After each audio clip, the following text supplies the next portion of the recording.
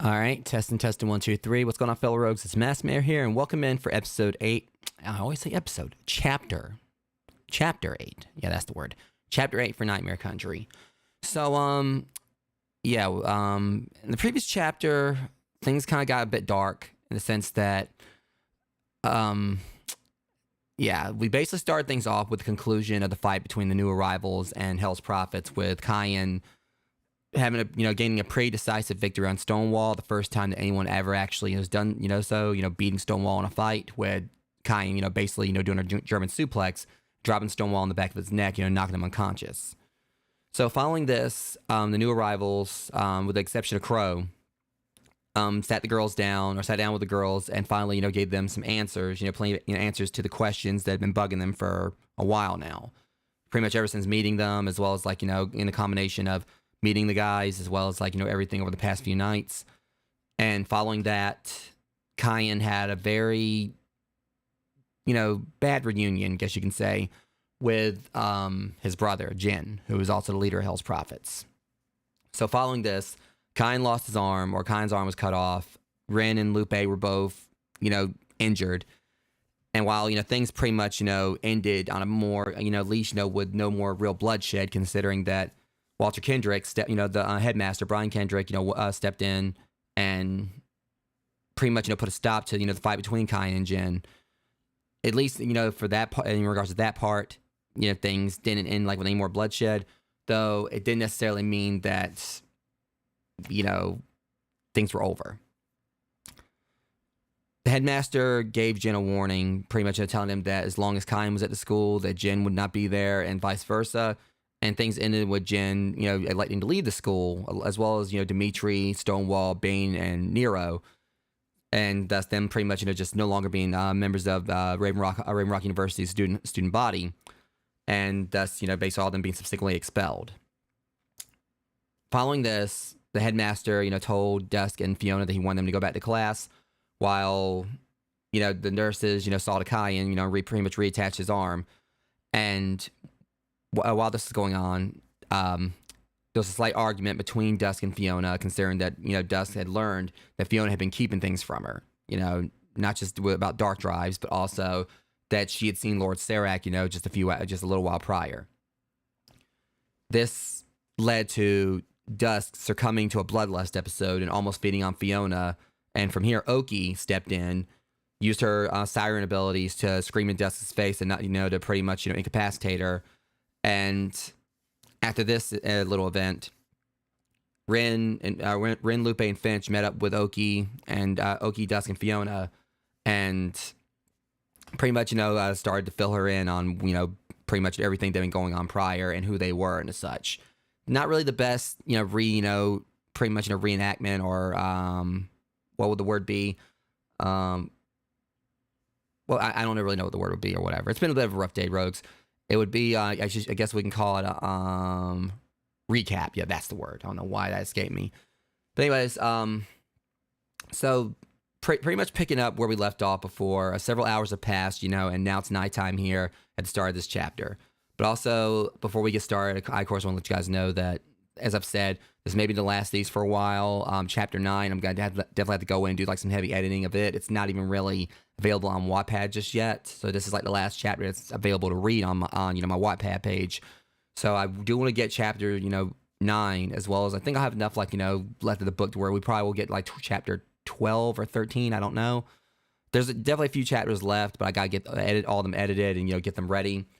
But whatever the case, the synopsis I gave, obviously, wasn't really the best. So you guys, of course, can go back there and read chapter 7, Aftermath, if you want to kind of get a proper catch up on it. But I'm doing this also, of course, with understand that this is more likely you guys have, read the previous chapters. So anyways, starting this off here, chapter 8, Fear of the Dark. Let's go and get to this. God, this is exactly what I needed. Fiona says she lowered down deeper into the hot water until only her head was above water. A huge smile spread across her face as she felt all the stress from the past few days quickly leave her mind. It was 9 p.m., hours after the day's classes had ended. She and Dusk had walked to the gym and were taking time away from the rest of the scary and dark world that they were a part of by using one of its hot tubs to relax. Dusk sat on the side while the water just tickled her feet as she kicked them in the water. Normally, it was a muscle and bone soothing nirvana for students who were either part of the school's athletic teams, practitioners of strenuous combat training, or those who took up the school's strict but completely optional PE course. Being adamant on working out to stay fit herself, Fiona had also used it many times to soothe physical strain. For both of them at the moment, however, it served to help ease injuries that went deeper than the body while giving a quiet spot for her and her best friend to talk. Still, the setting caused Fiona to feel uneasy. The two of them were the only ones there, not to mention they had to walk through a small forest in between the school and the gym to get there. It was always the same whenever she went to the gym at night. Walking through the foreboding unknown between the trees, it always made her feel that she was being watched. Anywhere else in the world, one could possibly dismiss his thoughts as paranoia and say there was nothing to fear in the dark. But in Raven Rock Hollow, where when one looked into the dark forest, the scary stories were real, and something was quite possibly looking back.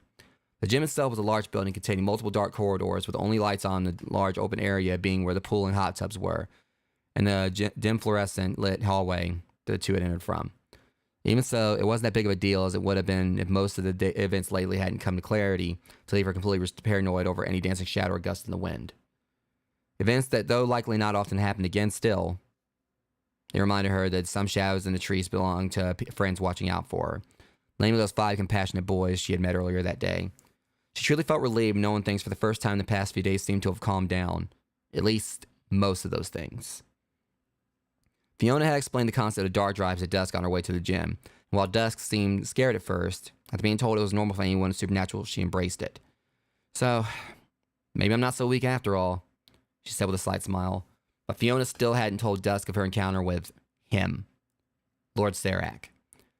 Things were calm at the moment, even though a single moment at Raven Rock University wasn't ever one where peace remained. But Fiona wanted to remain this way. She had her best friend here with her, and they had new friends who had played part in protecting her and Dusk, even while having their own troubles. They reminded Fiona that she and Dusk weren't alone in having problems, not alone in facing them. But she also constantly thought about how strong they were, to where they made what adversity she had seen them face so far look easy. How kind they were. Even though they barely knew Fiona or Dusk, and even though Scarlet hated them regardless of their attempts to show compassion to her. Kind especially for whatever reason, though she respected and cared for Ren, aside from contempt for him leaving all those years ago. She cherished their company. In a short time, she knew them because their personalities shined just as bright as the auras she experienced in Forest prior to their battles with Hell's prophets. Bright enough to where them just showing up seemed to make the whole school a better place, even though she thought of the concept as cliche in the context of Pratt League looking at them as knights in shining armor. The 4 of them, in spite of their good-hearted nature, had their opposite factors. Ren. He was so cool and calm, soft-spoken with good manners who thought before he acted. He also had a deep love for a sibling and seemed ready to take on anything to see her home safe, compared to Kyan. Hot-blooded, temperamental, foul-mouthed Kyan. He seemed to act before he thought things through with a bow he shot off as quick as his smart-ass remarks. Yet he was gentle and friendly underneath that brash and mouthy exterior, brought on by hardship and tragedy. Kindness at times was a calm before the storm, given his anger only appeared when it involved someone's misdeeds, and as in person getting hurt. He had every reason to be angry due to a contrast of Ren's love for his sister, and that Kyan had a deep hatred for his brother Jin. A brother who he was determined to kill for the death of his parents. But through such a rough past, Kyan didn't grow cold towards others and seemed adamant in putting anyone that he had a chance to save as a top priority. At this thought, she felt the bruise on her neck from Dimitri. Then there was the timid and conflict-hating Crow, and his unwanted destiny to fight Nero, who was of his family's opposing bloodline. Fiona couldn't judge him for running away before, and if anything, she understood his plight, seeing as he only wanted the fighting to stop.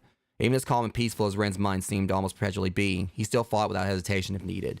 Due to this, Crow somehow managed to be more peaceful than him, just as Lupe managed to be more hot-headed than Kyan, and rightfully in exact contrast to Crow.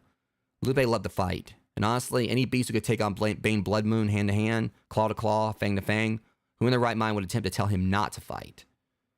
No one had bested Bane in combat, let alone ever hit him before Lupe came along, and since then, both he and Kyan pulled the feet off, not just in damaging Bane, but knocking him out. Then there was the wild card, Finch, who may just have had the key to help Fiona become more powerful. Powerful to where maybe she would never be afraid again. Finch, he knew something. Something about her family, her ancestor, her heritage. But what? And how can he know anything that her family hadn't already told her? It was obvious to her that she had every reason to believe he was telling the truth, since he had bested Stonewall, who was still, until recently, considered unstoppable. Those 5 individuals were as real as it got, even if Fiona still had a hard time believing it. But even so, she continued to find herself thinking back to something else that was real enough. The threat Sarek had made. The end of the day will mark my rise, and let it be known that you will be one of the first to fall. The water as blissfully hot as it was in the chilly autumn weather, it didn't suppress the chill Fiona suddenly felt. His words and the looks Dusk gave her before and still gave her now. It was a look of feeling hurt by the secrets kept, and Fiona knew this. It was fear of what Fiona would tell her in regards to the evil man who took so much from her. Her childhood, her family, her sister, her humanity, her life. And yet it was empty as well. Dusk envied Fiona for having an existence where breaths weren't just an impulse but a need, where the blood in her heart wasn't cold and flowed a warm essence of life through her veins. The way she stared at her reflection in the water, that was distorted by bubbles from the water jets. Vampires tend to not have reflections, though Dusk still had hers. But given it felt like she was continuing to lose more aspects of her former life, how long would it be before she'd be able to look at herself in a mirror or a puddle of water? How long before she saw nothing staring back as her reflection disappeared like her pulse and heartbeat had the night she died? How long? How long do we have before that bastard makes true of his threats? Fiona thought as she ducked her head underwater and held her breath. And how long had the hours been slowly going by throughout the day? The answer to that was too damn slow for her, as things found the clarity that they needed only for 2 of the people involved to be in such turmoil. Dusk and her struggles with herself, and Kyan's violent reunion with his brother, and the physical and mental damage that had surely been done. Even if physical damage for Kyan was only a wound and a scar in the same few minutes, where a gunshot wound to the skull may as well have been a mosquito bite to him. Yes. Before she went back to her room, Oki had a long talk with the new arrivals and was brought to speed on everything, to which, surprisingly, she was understanding of what they told her, aside from being in a deep disbelief that Finch and Kyan both had physically harmed Stonewall, even though she had watched the fight from her window. Lupe had told her himself. She also found out about the viral video of Kyan's antics in Dragontown due to a very angry vampire. If one more person tries to show me that goddamn video of that motor-mouthed waste of sperm cells, I'm going to beat them to death with their phone, Scarlett had said after coming out of class for the day. It was less than 10 minutes later that a student showed her edited video she had made of Kyan, where she had the part where he broke the gun and crumbled it loop over and over while Make It Rain by Travis Porter played. The girl had to run at the fastest her feet could carry her to keep Scarlett from slicing her head off. Yes, Dusk had fully recovered from her bloodlust episode along with the effects from Oki's scream. But after being told by Oki and Ren that she had drank blood truly for the first time, she showed disgust, even if she didn't deny that it helped her feel rejuvenated physically in ways that she hadn't experienced since being turned. Though she also went to another of her psychological low periods in knowing she had attacked Fiona, even though Fiona told her she wasn't upset and didn't think any differently of her. But Fiona, how the hell can you still want me around? Well, how can you still want to be around me? She had asked her on the way to the gym right after she told Dusk of what dart drives were. Because that wasn't you that attacked me, Fiona told her simply. Yes, Hell's prophets were gone, and Fiona for the most part breathed at the biggest relief from her lungs in knowing that. Though Jin's threat of returning with the homicidal intentions they knew him for held a heavy ominous cloud over the school. Thus his words were a reason once more to feel fear towards the shadows in the trees outside. It'll be a monster mash that I'll be dying to make happen, he had said.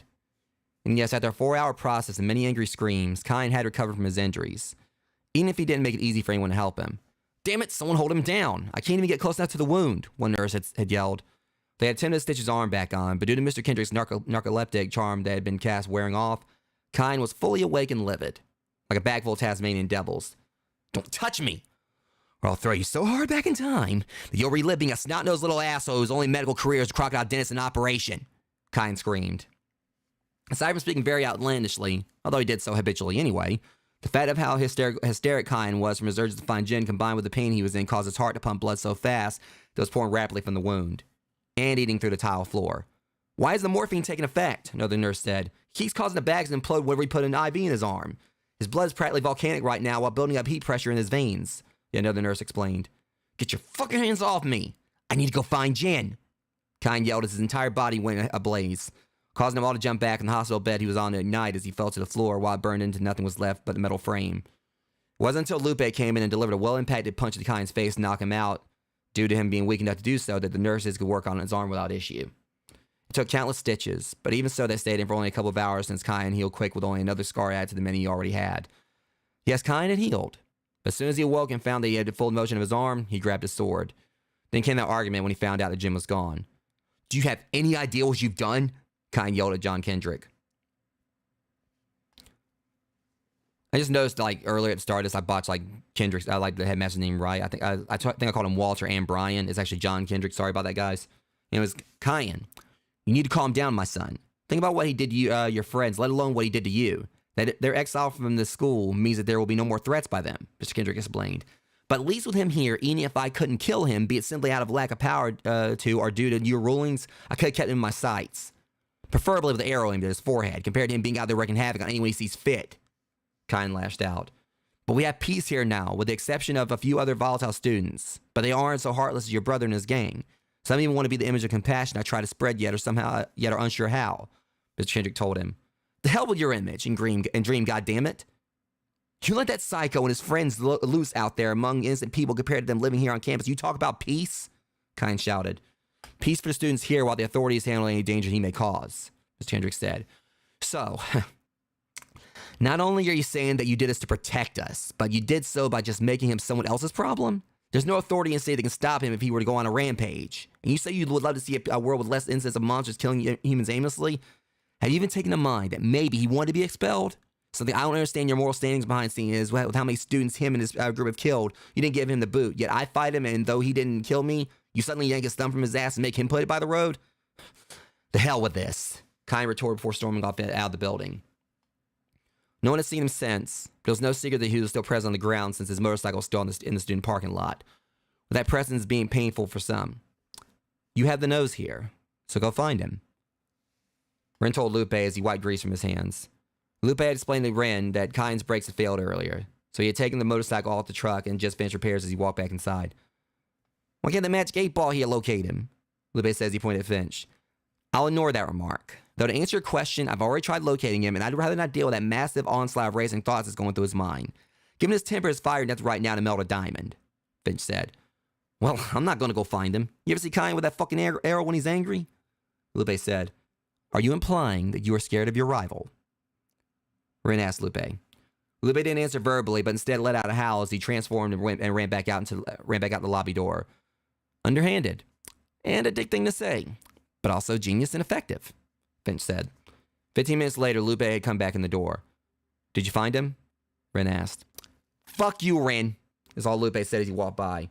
He had several arrows embedded in his back, plus one in his knee. Ren and Finch tried not to laugh at the sight before one more arrow suddenly flew through the door and found its mark in Lupe's rear, forcing him to let out a loud yelp. Kine, you ass! Lupe yelled. Actually, that's your ass, Finch joked. Lupe balled his fist up and shook his hand at Finch. Hold on, Lupe. This one has a note. Welcome into Septus. Ren said as he grabbed the letter and opened it. Well? Lupe asked as he pulled the arrows out one by one. Ren showed a slight smile and snickered. And upon looking at it, Finch chuckled as well. What's so funny? Lupe asked. Ren handed the note to Lupe. Dear Lupe, nice form on your ass hauling. Your legs are stepping high enough to kick an alien in the chin, though that split you did to dodge the third arrow I shot makes me wonder if you've been neutered. Now give me my space, or next time I'll test that neuter theory myself with an arrow to your crotch, given I don't think your ass can handle any more shafts. Signed, Kyan. Since then, everyone let him have his space. Such a smothering smog like haze of events that made it hard for her to breathe. Breathing. Suddenly Fiona found herself unable to do it all. She had become so lost in her thoughts that she'd forgotten she was underwater. Shit, she thought to herself. Fiona quickly came back up, coughing up a storm as she draped her arms around the sides of the hot tub. Dusk raised an eyebrow. Are you trying to emulate childbirth? Dusk asked. Huh, funny. Fiona said as she wiped out strands of her hair from her eyes. Dusk finally lowered herself down to the water fully as well and sat next to Fiona. He was here, wasn't he? She said abruptly. Fiona looked at her. Who? What do you mean? Fiona asked. Fiona, come off it. I've had a rough day. Hell, we both have. But I've still been able to take time to figure it out. No one outside of his castle has ever seen Lord Serac other than those who went to his stronghold in hopes of killing him.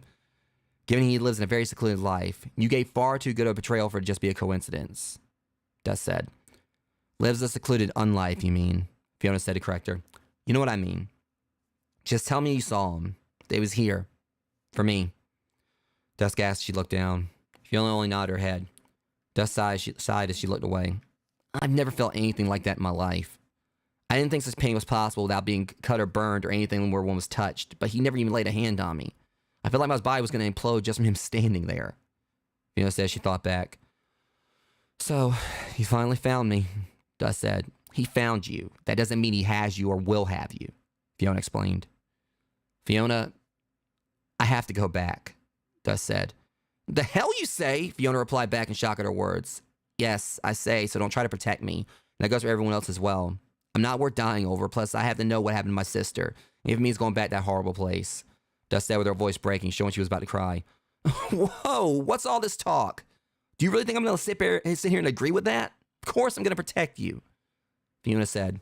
You can't. Not if you're going to live, Dusk shouted. A man that powerful has no reason to threaten without making true, Dusk, so he would kill us anyway, even if we did let you go with him, seeing as he said he would. Not to mention, even if he didn't, how the fuck could I live with myself knowing I just abandoned you? Fiona told her as she grabbed Dusk's arm. Dusk just looked at Fiona's hand. It was shaking. Fear. For good reason, given that she only can imagine the pain that Lord Serac had inflicted on Fiona that morning. Those scars on her own back remind her every day that he also had a knack for causing pain to others without lifting a finger. I'm not going to ditch you, Fiona said with a smile. Dusk smiled, though it was hard-pressed to happen. Besides, if you thought about the fact that we have not just a siren with a killer voice and a very volatile tempered vampire, but a ninja, a warlock this league is stronger than myself, a werewolf with some mean kicks, a shapeshifter though he hasn't graduated threat level yet, and a demon who practically suplexed a boulder, Fiona explained. Dusk sighed and looked up at the ceiling. It was glass and she could see the sky and the moon behind gray clouds outside. Somewhat dim but full and orange, bigger than normal. A harvest moon. Fiona, they can't and won't always be here. I mean, look at where we are, and those we shared the school with are. What we are, as well as those we share the city with. Lord Serac is out there planning who knows what for us, and you heard what Jin said about returning, but even so, Fiona, just what else is out there? What the hell else is out there in this world? Oki and Scarlet, along with the guys, they could be killed, and even if they couldn't, they can never be in two places at once, Dusk said. Dusk, Fiona said in a calm, caring voice. I lost it today, though I guess I needed to, and physically, I feel much better than I have in a long time. But I had no control, and thus I need to learn such. I actually stood against Hell's prophets, and you held Stonewall down a couple of nights ago, even with his massive strength, so we've shown that we can take care of ourselves. But at times we can't. How much longer will they be here? Plus, the guys only arrived today, though they were technically here 2 days ago. That's another time to know how much faith we can put in their stay being permanent. As amazing as they are, we just met them. Fiona Dusk said with a look of worry. It shouldn't matter as long as they're here now. I had to put them aside a haunting past that's left them so distraught long enough to save 2 kids, a girl who almost fell to her death, a baby, and another girl who almost got sucked dry of her life. Me, I think aside from the rest of them, Kyan will be here as long as he needs to be. Fiona said with a slight smile. Dusk looked back at the water. You already think a lot of him, don't you? Dusk asked. Well, he saved me, and he saved you, not to mention he's even tried to keep Scarlet from burning to a crisp even though she was trying to kill him. He's shown so much compassion that it's as if no pain exists in his heart. There is agony there that should be crippling after what he's gone through. So much pain that should be impossible to hide normally. Yet he was doing so with no effort before Jin arrived. So someone who so selflessly puts others before himself should only have their friendship he's earned. I feel the same for the others who arrived with him today, Fiona explained. I meant, you think of him deeper in feelings than as a friend, Dusk said. Fiona let out a slight gasp. She didn't feel her cheeks heat up. Of course not, Fiona quickly said, her voice slightly that of nervousness. Dusk simply smiled. Then why so embarrassed in answering? Dusk asked. I mean, I just met him today, so it's nothing like that, Fiona said, upon which she crossed her arms and turned her face and nose to the side, and showing a false snobbiness while closing her eyes. She, however, quickly felt Dusk's cold breath on her face, and in response opened one of her eyes slightly to look at her. Dusk was only inches away with a false look of seriousness on her face and a raised eyebrow. Fiona, in her uneasiness, quickly shut her eye again. If it's not as you say, then why can't you look me in the eyes? You're blushing more now, Fiona. You know that, right? Dusk said. Fiona at Dusk's words suddenly ducked her head under the water right below her nose to hide her cheeks while staring at her friend. Fiona then slowly raised her head to where her mouth was no longer submerged. Okay, I'll admit it. As much as he's a smart-ass loudmouth with a short fuse, he is quite handsome. Plus, well, he does seem to take care of his body quite well, given what I saw of him without a shirt in that video, Fiona said. Ha! I knew it, Dusk said as she pointed a finger. Now, hold on a minute. Just because I say he's attractive doesn't mean I have feelings. Plus, I said his body was nice, I respect. I mean, come on, Dusk, he's a demon, and look how strong he is. A man with that much strength will break me like a tree branch, Fiona said. Dusk picked up on Fiona's nervousness behind her words again. She grinned mischievously. Break you in half doing what? Dusk asked. Well, hugging me. Yeah, he'd break me in half if he hugged me, Fiona explained. I might believe that if you weren't blushing again, Dusk said. Once again, a splash sounded as Fiona ducked underwater up to her nose. She let out a chuckle before looking. Dusk let out a chuckle before looking up at the moon again. We're adults, yet at the same time still kids in a way.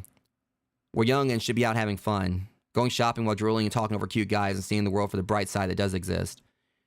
At least as bright as it gets for a girl like me who's no longer among the living. We shouldn't have to be worrying about all this shit, Dusk said. Fiona once more rose up from the water. You're very right about that. Just as, admittedly, maybe I have developed a bit of a crush on that motor-mouthed dork in the short time that I've known him.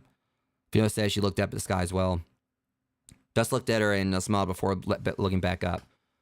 Wish the things could stay like this, as peaceful as the sky is tonight, Dusk said. Yet sadly, there always seems to be another storm. Usually with a downpour of blood, which I see coming soon if Sarah makes true on his word, Fiona explained. Fiona, am I going to be all right? Are we going to be all right? What do you think is truly going to happen to us? Dusk asked. She looked at her reflection again. Fiona put her arms around her and hugged her close. Everything's going to be okay. If needed, we can easily go to the headmaster and see what can be done, Fiona assured her.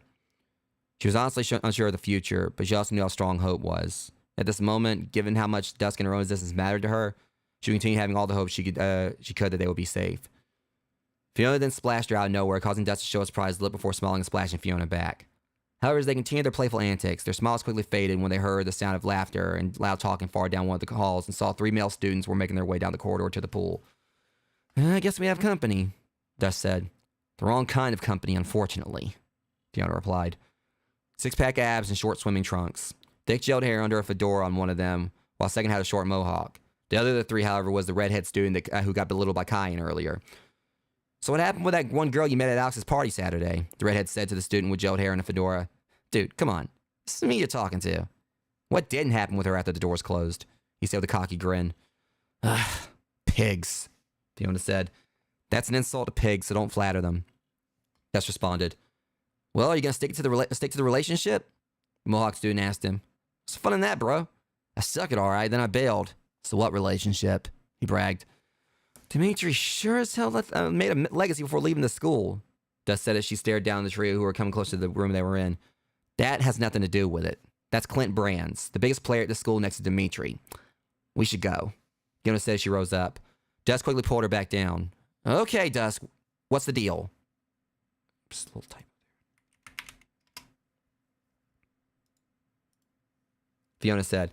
You're in the water where they can't see much of you, Dusk said.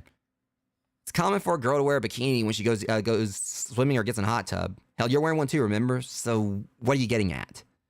Fiona asked in confusion. What I'm getting at is that if you walk out around in your bikini when they can see your body instead of waiting until they get in the pool where they may be too busy to fully notice you, that's asking for trouble considering that, Dusk said before trailing off. Fiona tilted her head slightly. She looked Dusk blankly in the eyes. Considering what? Fiona said. Dusk glanced down past Fiona's neck. Heavenly gifts. I'll leave it at that. Dusk said in reference to the fact that aside from an athletic body with toned muscle definition on her 4'10" frame, Fiona was also well endowed in the chest. Though she was more blunt about describing them. Okay, so I had big tits, but given that they are douchebags who don't care as long as they're trying to slither in bed with what is attractive, that they could come to a similar conclusion with you, dear, Fiona said. Dusk looked down. The first thing she thought was a plywood plank. Conclusion on what? The fact that they could screw me on an under construction porch, let alone the metaphorical sense? Dusk said. Fiona raised the eyebrow before finding herself holding back laughing. She also noticed that even with her cold, pale skin, the warm color of red was forming on Dusk's cheeks. She blushed just like Fiona had earlier. Then Fiona heard a voice right behind her. Hey, baby. Just what are you two doing here all alone? Clint said. Fiona just crossed her arms over her body. She lowered down to the water fully. What would Kyan say?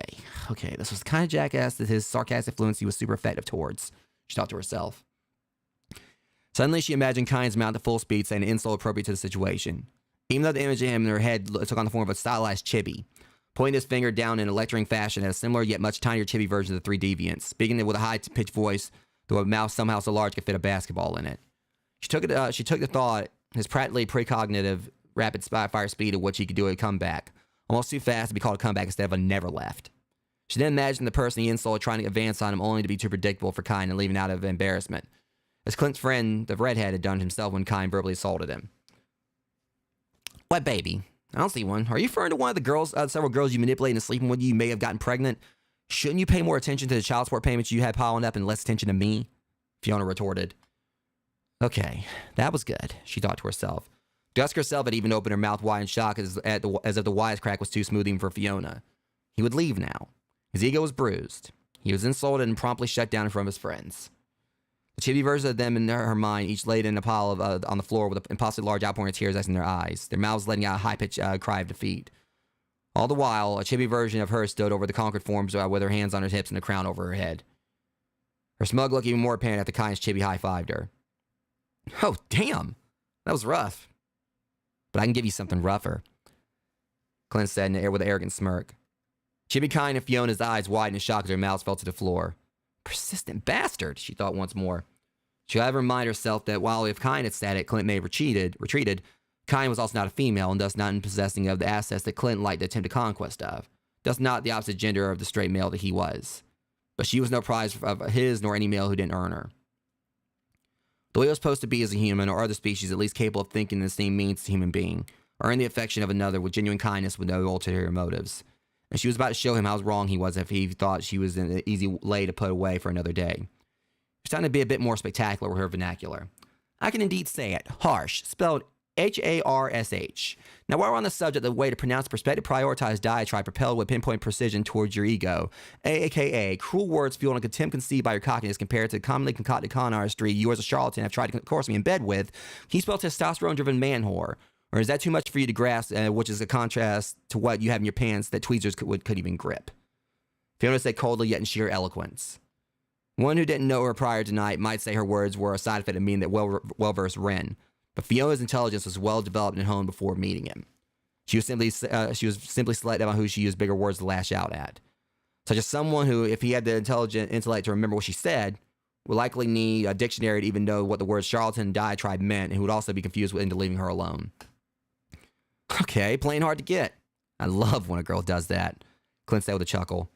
Fiona's eyebrows twitched. At the same time, Chibi Fiona scratched her temple with a confused raise of her eyebrow, while Chibi Kyan, now in a pair of glasses and a lab coat, read from a book called Helping Fiona Pwn an Idiot.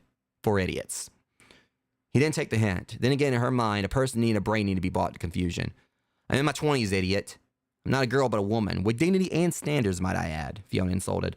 Girl, woman, you all still feel the same on the inside, other than a difference in looseness or tightness. Throughout the night with me, no girl is tight anymore, Clint remarked. Fiona and Dusk both narrowed their eyes. You're disgusting, Clint. You know that, right? Fiona said. So I've been told, but I've never had a girl complain afterwards. But seriously, what reason other than waiting on a guy like me and my fellas here would you two have to be by yourself with your friend? Would you have to be by yourself with your friend? I mean, you look so lonely. I'm sure it would love the company of us three. Clint said. Yeah, you are so right. Let me tell you, Clint. I mean, really, you got me. I've been sitting here all this time telling Dust about how hot you are and how I spend so many nights wide awake wishing you were there to hold me during thunderstorms. Whispering sweet, delicate little nothings as I fall asleep in your arms or listen to slow rock ballads describe our destiny transcendence through time and space as the post image for fuckable couples. And hands down by Dashboard Confessional, yeah, dude, it fits how much I dig you. And what can I say?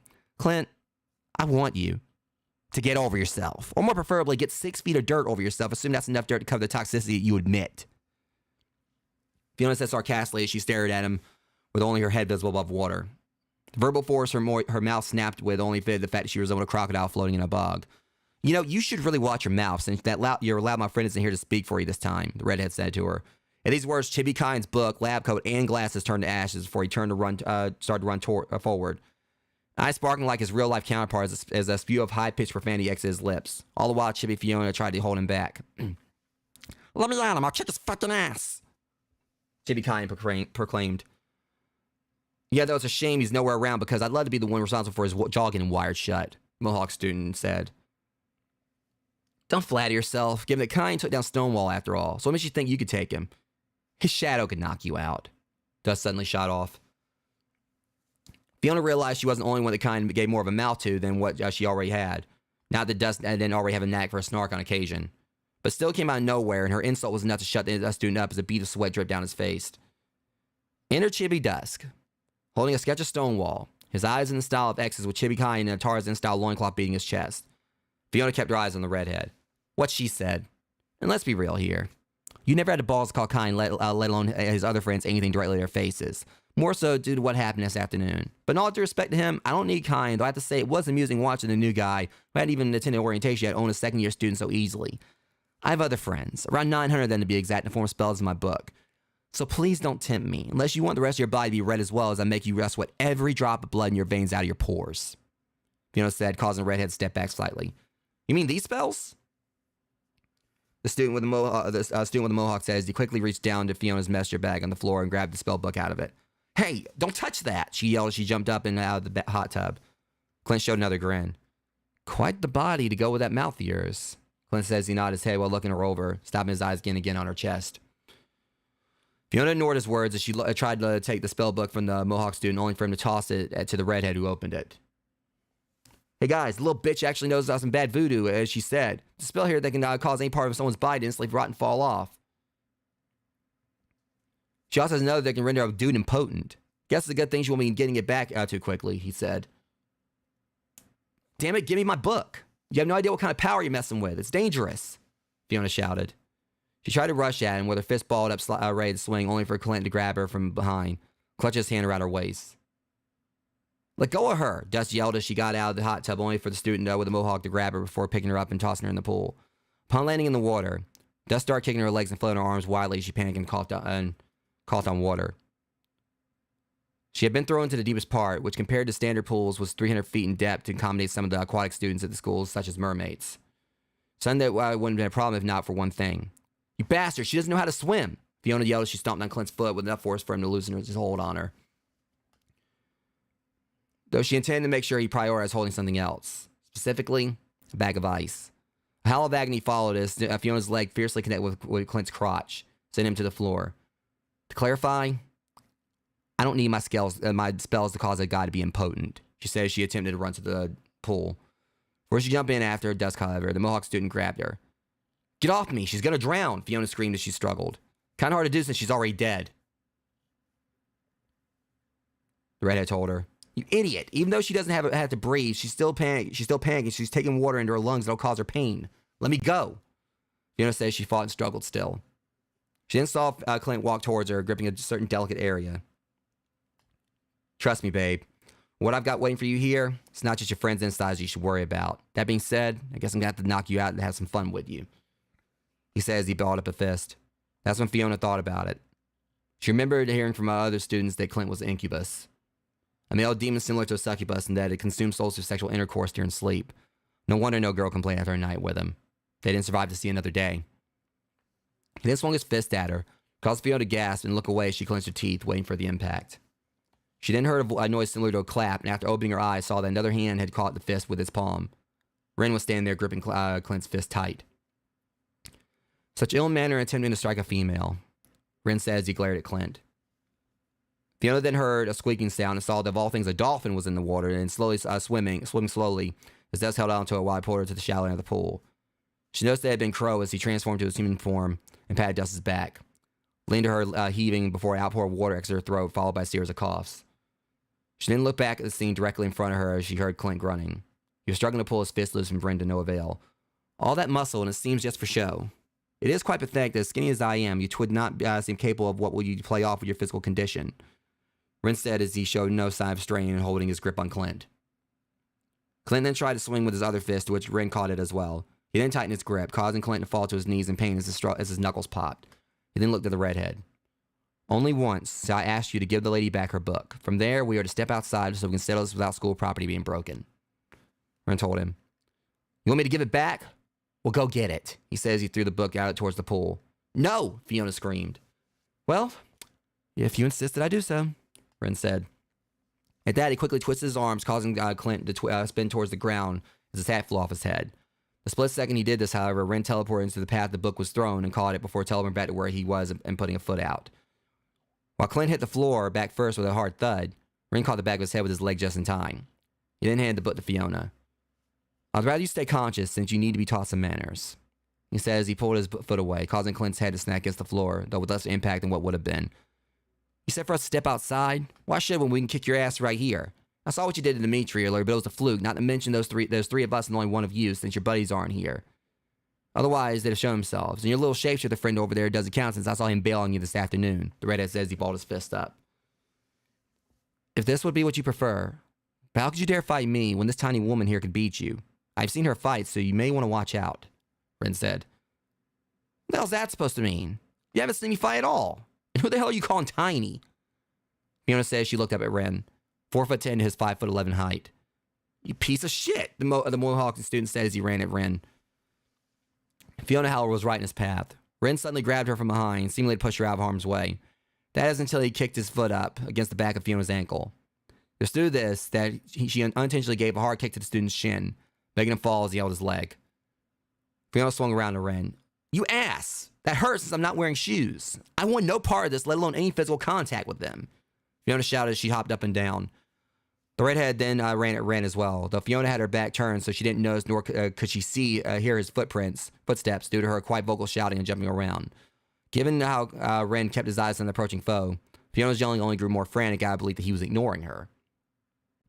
Seriously, I refuse to have any hand in this, she shouted as she beat his chest with her fist. You would be surprised what part your hand plays, he said suddenly. Huh? Fiona said loudly. Ren quickly grabbed her by the waist and spun her around, causing her hand to sway out. Slap. Her palm connected with the redhead's face enough for impact to knock him to the floor as well. Knock it off, Ren! Fiona yelled as she finally pulled away and started to storm off as she walked by the pool. The redhead, however, after getting back to his feet, quickly ran at Fiona since he thought she hit him on her own accord. She didn't see him running behind her. Ren then noticed Fiona's messenger bag by the hot tub and kicked it to where it had slid in her path. You forgot your bag, Fiona, Ren said. Oh, thanks, asshole. Fiona said she bent down to pick it up. She then felt a slight breeze above her head below her back, followed by the sound of a loud pop, instantly followed by a splash. Due to the redhead trying to leap at her in the same moment she ducked, he sailed over her small frame and into the pool, landing with a hard belly flop. Fiona looked out and saw the redhead floating in the water, holding his chest and face before looking at Ren. You are welcome, Ren said. Her reply, however, wasn't a thank you. Watch out, Fiona yelled as the Mohawk student who had just gotten him off the ground and ran along with Clint. They both tried to throw punches at Ren, who calmly and fluidly ducked and weaved his head with his arms crossed as if their punches were in slow motion to him. Terrible form. Your balance compared to center of gravity is incapable of even giving sufficient force behind your punches to even hurt me if one connected. And also, both of you do not realize one other very important aspect of thought, Ren said calmly. He then blocked both their attacks and kicked Clint's head from the side, causing his skull to collide with the other student. Ren continued. I was trained to fight the worst types in this world. So 3 promiscuous schoolboys with intelligence quotient of a senile goldfish are easier to brush off than plaque when brushing my teeth, Ren said before delivering one roundhouse to Clint before immediately rotating to another one for the second student, knocking them both to the floor in separate spins. The Ren held his full force in the kicks back to keep from knocking them out, let alone killing them. As they both held their heads, Ren grabbed them both by the leg. When one is fire of mine, seek water in kind, he said. What the hell is that fortune cookie crap supposed to mean? Clint shouted as he continued holding his skull. You have tempers, and thus you need to cool off. Ren said before tossing him to the pool as well. Splash. Around this time, Dusk walked around to where Fiona and Ren were. Are you all right? Fiona asked her friend. I am, thanks to Crow, Dusk said with a slight smile, though her body twitched slightly, showing she was still shaken up. Fiona, at her words, noticed someone was missing. Dusk, speaking of him, where did Crow go? Fiona asked. She dried herself off with a towel before handing the towel to Dusk and putting on a pair of loose-fitting black basketball shorts with her panda hoodie over her swimsuit as she zipped it up before putting on her Converse. Dusk began to put on a black pair of black jean shorts that stopped right beneath her hips and a pair of white sneakers before slipping on a black tank top and hoodie. I don't know, honestly. I thought he was behind me, Dusk said. Ren just showed a slight smile at the three students in the school. You three may want to swim fast. There would appear to be something swimming under you, Ren said. Fiona and Dusk saw it as well, a large shape circling them. Oh shit, something just brushed my foot, Clint yelled. The redhead put his head under the water, only for his mouth to exhale massive bubbles as he tried to scream due to a mouthful of sharp teeth advancing quickly on his face. Sharp teeth and a pair of eyes black as night. Upon quickly swimming back, all three students, along with Ren, Fiona, and Dusk, saw the form of a massive great white shark flip out of the water, whipping its tail as it did so before going back under the depths. Oh God, no! Swim, guys, swim! Clint screamed in fear. As they paddled in haste, Clint looked back and caught the terrifying visage of the shark's fin right behind them. Fiona laughed. This is great. Scare the hell out of them, Crow, Fiona said with a smile. Did you say something, Fiona? Sorry, I stepped away to go to the vending machine. What'd I miss? Crow said from several feet away as he walked towards them, holding a can of soda in his hand and his clothes and hair soaked from when he was in the pool before. Fiona looked back and forth between the shark and Crow. Wait, Crow? Dusk asked. Yeah, who else would I be? My shifting abilities excluded. Wait, what's the shark doing in the pool? Were me and Dusk in there with that thing? Is that seriously real? He said before showing a delayed reaction of shock. How could it be? It's not salt water in the pool, and it isn't a bull shark which can survive in fresh water. Yet that is, with no doubt, a great white, Fiona said. At this time, Clint and his friends made it to the edge of the pool and tried to climb out, only to panic as the marine carnivore advanced on them with its jaws wide open. It then quickly disappeared. What? Where'd it go? Dusk asked. Ren shrugged his shoulders while Crow and Fiona show obvious confusion as well. Clint quickly climbed out of the pool and after grabbing his fedora took off running in terrified fashion with his two friends right behind him. But not before the redhead looked at Fiona and called her a freak as he left. As if I haven't heard that one before, Fiona thought to herself. She was able to take most of the name calling she received from students, namely when it came to names with positive intentions such as Cherry Bomb. But most of the time, the intentions were to insult, and at times it truly hurt her for her to hear.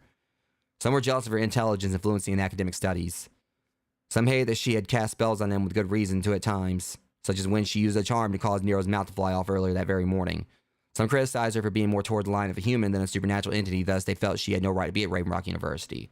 There were even some that were jealous of her figure. The truth with Fiona was that while she never really showed it, she hated the name calling, especially the word freak. She found herself pulled from her thoughts though. To answer what she said, Fiona, that was indeed a shark, but at the same time it wasn't.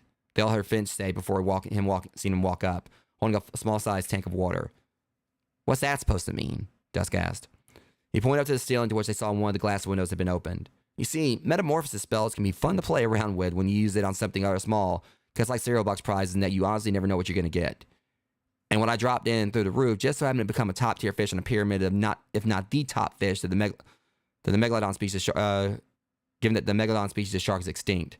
So some believe it may still be out in the oceans. Finch explained. The food chain ascent theory for biological transmutation spells, Fiona said. Food chain ascent? Dusk asked in confusion. Long story short, the animal kingdom has a scale that comprehends Charles Darwin's theory for survival of the fittest. Animals who can compete better for food and water aside from shelter and mating. Well, the creatures at the top of those chains have little or no predators for themselves because they are what you call elite, Fiona explained. Classified as apex predators, Ren said. Exactly. See, when you use transmutation spells on small and normally defenseless creatures that are normally prey to other animals, what sometimes changes them into an apex predator or something while unclassified as one, it could be called apex predator for their class of animal aside from simply becoming a different species or breed. A calico kitten could become a lion. A milk snake could become a king cobra or an anaconda. A hummingbird, it could become an eagle or falcon. And a monkey of the prosimian class, which translates to primitive primate like a lemur or tarsier, could become an anthropoid, aka higher primate, and alpha male standing in the gorilla class, Fiona explained. Very good explanation, Fiona. You obviously know not just your spells, but the concepts behind them, Finch said. It comes from actually having a somewhat normal life. I know my biology since I actually attended a quite ordinary high school back home in Salem before I came here. But I never showed my powers there or anywhere else that would have got me persecuted for witchcraft. Fiona said, yet that guy called you a freak a few minutes ago. Quite the irony, Rin said to her. As monsters and humans, we don't. As monsters and humans who don't live in Ravenrock are freaks. I guess humans are monsters as well. I try not to let it get to me, but truthfully, I've had a hard time getting used to anything in Ravenrock Hollow, especially actually feeling like I belong. Fiona explained. You want to fit in, Ren said.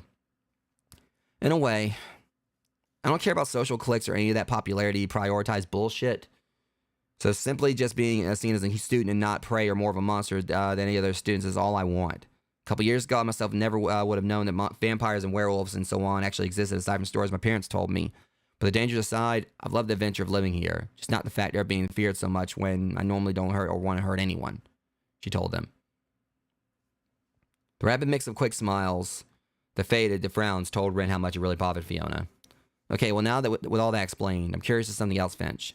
What exactly was a shark before you transformed it? Dusk asked. Finch walked over to the pool and using telekinesis, pulled the now normal fish from the water and put it back in the tank. You were walking around with a trout, Crow asked. I caught it at the lake here on the school grounds a while ago to try to spell with. I practiced with land animals before, but never marine species, hence me deciding to drop my decision to drop it in the pool to see what it did. It also could swim out of salt water since it originally was a freshwater fish, Finch continued. So you intend to scare them from the start? Dusk asked. No, since I didn't expect anyone to be here before I caught the fish. But seeing as I had sensed everything occurring on the way here and contacted Crow as well as Ren, who teleported themselves here to help, figured it would be an added bonus and a test of the changes in ferocity. So I decided to wait to throw the fish in until after those assholes were not into the pool, which I already read Ren's mind and know he was going to do, and thus quickly levitated to the roof. It's just a matter of wrong place and wrong time for them, Finch said with a mischievous grin. Fiona looked at Dusk. Dusk saw it as Fiona's I told you so expression and thought back on their talk of the guys being there. Outside in the forest, those new breed first day jackass just cop-blocked me, Clint said as he walked angrily through the trees back to the main building on campus with his two friends. Dude, just deal with it. There's other fish in the sea, the redhead told him. Too soon, man. Too soon, the Mohawk student said. Is that supposed to be a joke since we almost got eaten by a shark? You saw that shape-shifting punk was standing with them, so he seemed real enough to me, Clint said. Yeah, but... The redhead started to say before the Mohawk student put a hand to his mouth. Shut up. You hear that? He said. So all three of them listened, and they now all heard something from inside the forest. And it came from all sides. Fallen autumn leaves and sticks crackling and breaking respectively as if being stepped on by several feet. Raspy hisses. What is it? What is this? The redhead said in a panic. Calm down, chicken. It's probably just those losers trying to scare us, Clint said. Clint, however, contrary to his statement, didn't notice the figures shrouded by the shadows that were sneaking up behind him and his friends. Several hundred feet away, a pen was creating words in a book. Kind of buried the blade of his sword deep in the tree and a few dozen feet above the soil below. One of the blunt and wide sides of it facing up as he laid on his back against it with a leg hanging down. The other leg was bent up in the knee as he propped his book against it. His hair hung over his eye before he brushed it to the side while nibbling on strap to his motorcycle goggles, which he had taken off his head and hung around his neck. He also had his headphones over his ears. He'd been listening to AFI sing the Sorrow album for the entire time that he had been keeping to himself in the forest the past few hours. A few minutes later, another one for the archive, Kind thought as he looked over the poem. One of his biggest pet peeves was how greedy people on the planet were, which was the subject matter of his latest work. More so getting it was out of selfishness that Jin killed their parents. Ode to ends. Careful what you do, and be careful what you think or say. Does this warning without a master's lips even matter anyway? We run ourselves in ragged circles, tattered fashion left and right we sway. Bodies bloodied in this fatal slam dance we kill each other day after day. Ancient minds spoke what was misconstrued as Ode to Ends in 2012. 7 trumpets sounding off the end, though mankind has already made earth hell. True love is lost and rare, so rape is common and a shame to see. High demand of no means yes, no cure for such horny and lustful laying of ladies. So tell me now, hopeless bastard, what's it like to break a heart or two, only to cry victim when the pain you caused comes back to you? A maddening poison like a plague of rabies? Does it hurt you at all? Maybe even a maybe? To get yourself off while preying on others? Leaving a girl pregnant as soon as a soon-to-be struggling single mother? Take one door with 1,000 locks. Turn twist the hands in paradox. Tear the batteries out of the doomsday clock. Your lease on life of greed fucked as the crash hits your stocks. That confusing door would lock so to belittle, and only one key to solve the riddle. Or 1,000 doors as you look confused, like a child oh so whittle. As endless searching for a way home makes your bones and mind brittle. Fate has failed and hope is fucked, so we all resort to riots without safely surely.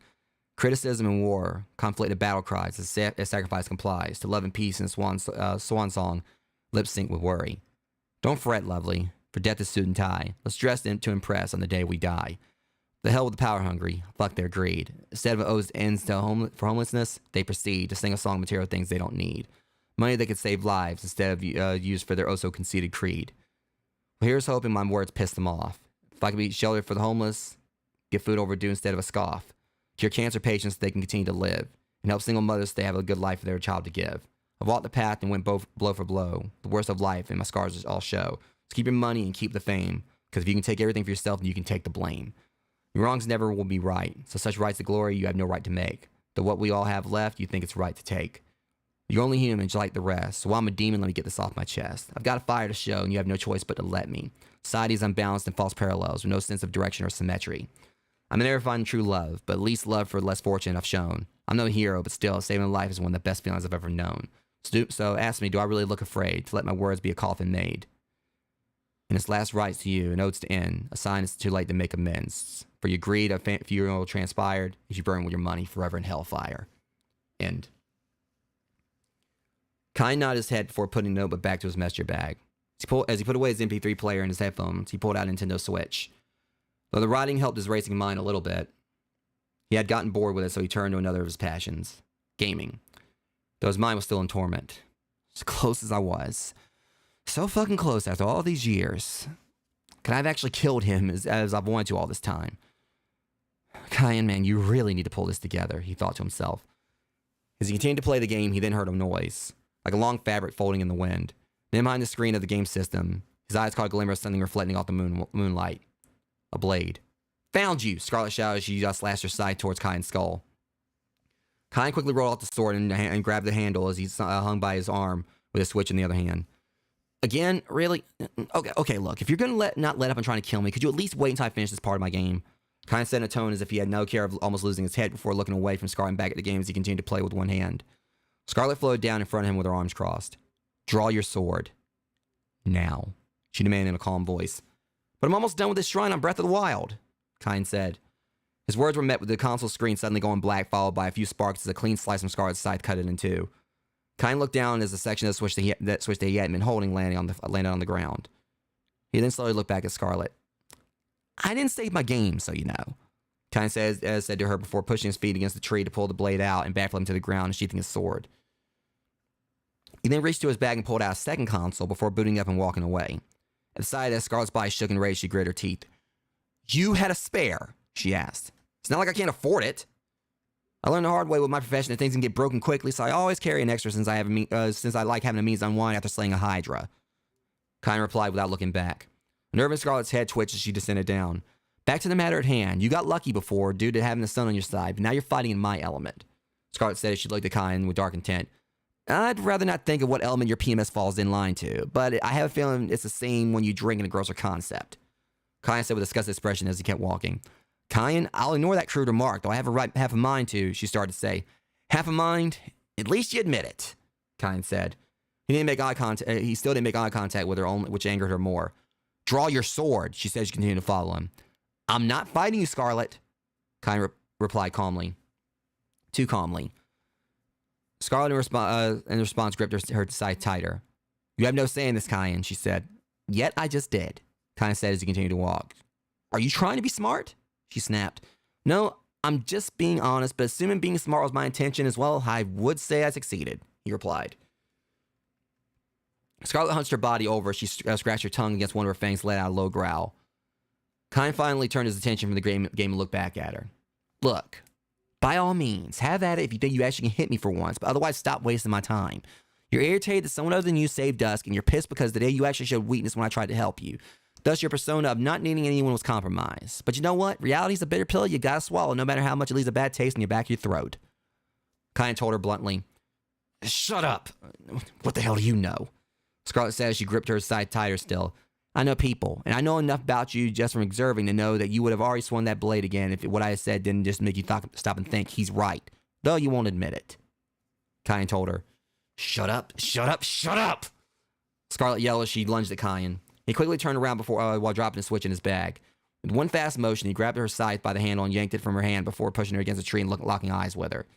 She stared at him coldly while squirming. As she opened her mouth to speak, he placed a finger in front of her lip. Let's get one thing straight, Scarlet. You can hide in a castle with no doors or windows surrounded by a moat full of crocodiles, but still be pretty damn obvious to see that the hatred you constantly feel and your intentions to try and destroy everyone you don't like only out of a hatred for their species remains nothing but unwanted bigotry that you use to cover up something deeper and more personal. Kyan said, his eyes not even blinking once as he glared at her through every word. You know nothing. Not one thing about me. She snarled as she bared her fangs at him. Just as you know nothing about people. Otherwise, you can give us a true answer to why you hate so strongly.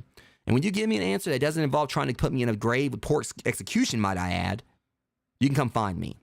Kyan said before dropping her scythe at her feet and walking away, leaving her standing there shaking. Scarlet found her head feeling several sizes too big as she lowered herself to a seated position against a tree. She then felt something go down her face and upon such wiped off her hand.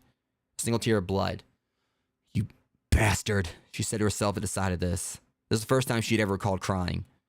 Fucking homicidal, sociopathic harpy, Kyan thought to himself.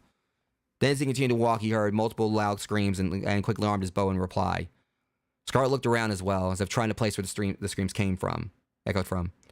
Kyan, what the hell was that? She said. Someone find the body of a person you actually succeeded in killing tonight? Or do you really not know? Kyan asked Scarlet as he turned around, though he noticed she was now gone. Damn, for how much she seems to loathe Ren for leaving her, she sure as hell knows how to use his tricks, he said. He then heard another scream, and upon such aimed his bow in the direction it came from. He then narrowed his eyes. Very far in the distance, he could make out the form of something humanoid in form disappear into the pitch black between the trees. He didn't look up at the sky. No, something's not right. Okay, scratch that. More not right than usual. Kind of said to himself as he hung Desperado across his shoulders before calling Lupe's phone. Come on, dude. Pick up. Kind of said to himself. He paced back and forth with the phone in his ear until he heard Lupe's voicemail. Damn it. Kind of thought to himself before looking up at the sky again. The ominous moon is seen to border between the hues of a pumpkin on All Hallows Eve and the shed blood of a slasher movie victim. This moon isn't the one you know to embrace. Don't be stupid, Lupe. Kind thought to himself. He then put the phone back in his pocket as a small grin found its way to his jaw. Sapping branches and leaves being crushed underfoot. Well, there's my answer. Your footsteps too noisy to belong to that Fleabag friend of mine, and while you may think you're being stealthy, it really does no good against a man who trains with a werewolf who's much more quiet in step. So, which one of you wants to attack me first? Kind of says he heard countless footsteps all around him. He had won his space. There was something he felt like his lycanthropic comrade did most of the time. He refused to with Scarlet due to her being a female, aside from him actually caring about her as a possible friend, though she didn't see him the same way. But Kyan drew his sword, knowing that he now had a fight to look forward to. And a few evil souls to take his anger out on that he didn't have to restrict himself from inflicting fatal injuries on. Silent treatment, huh? Okay, that's fine by me. Though you won't be silent for long when I start cutting you down. Kyan said as the steps got closer. Outside the gym. It came from over here, Ren said. He along with Finch, Crow, Fiona, and Dusk had just walked out of the gym when they heard the same screams that Kyan had.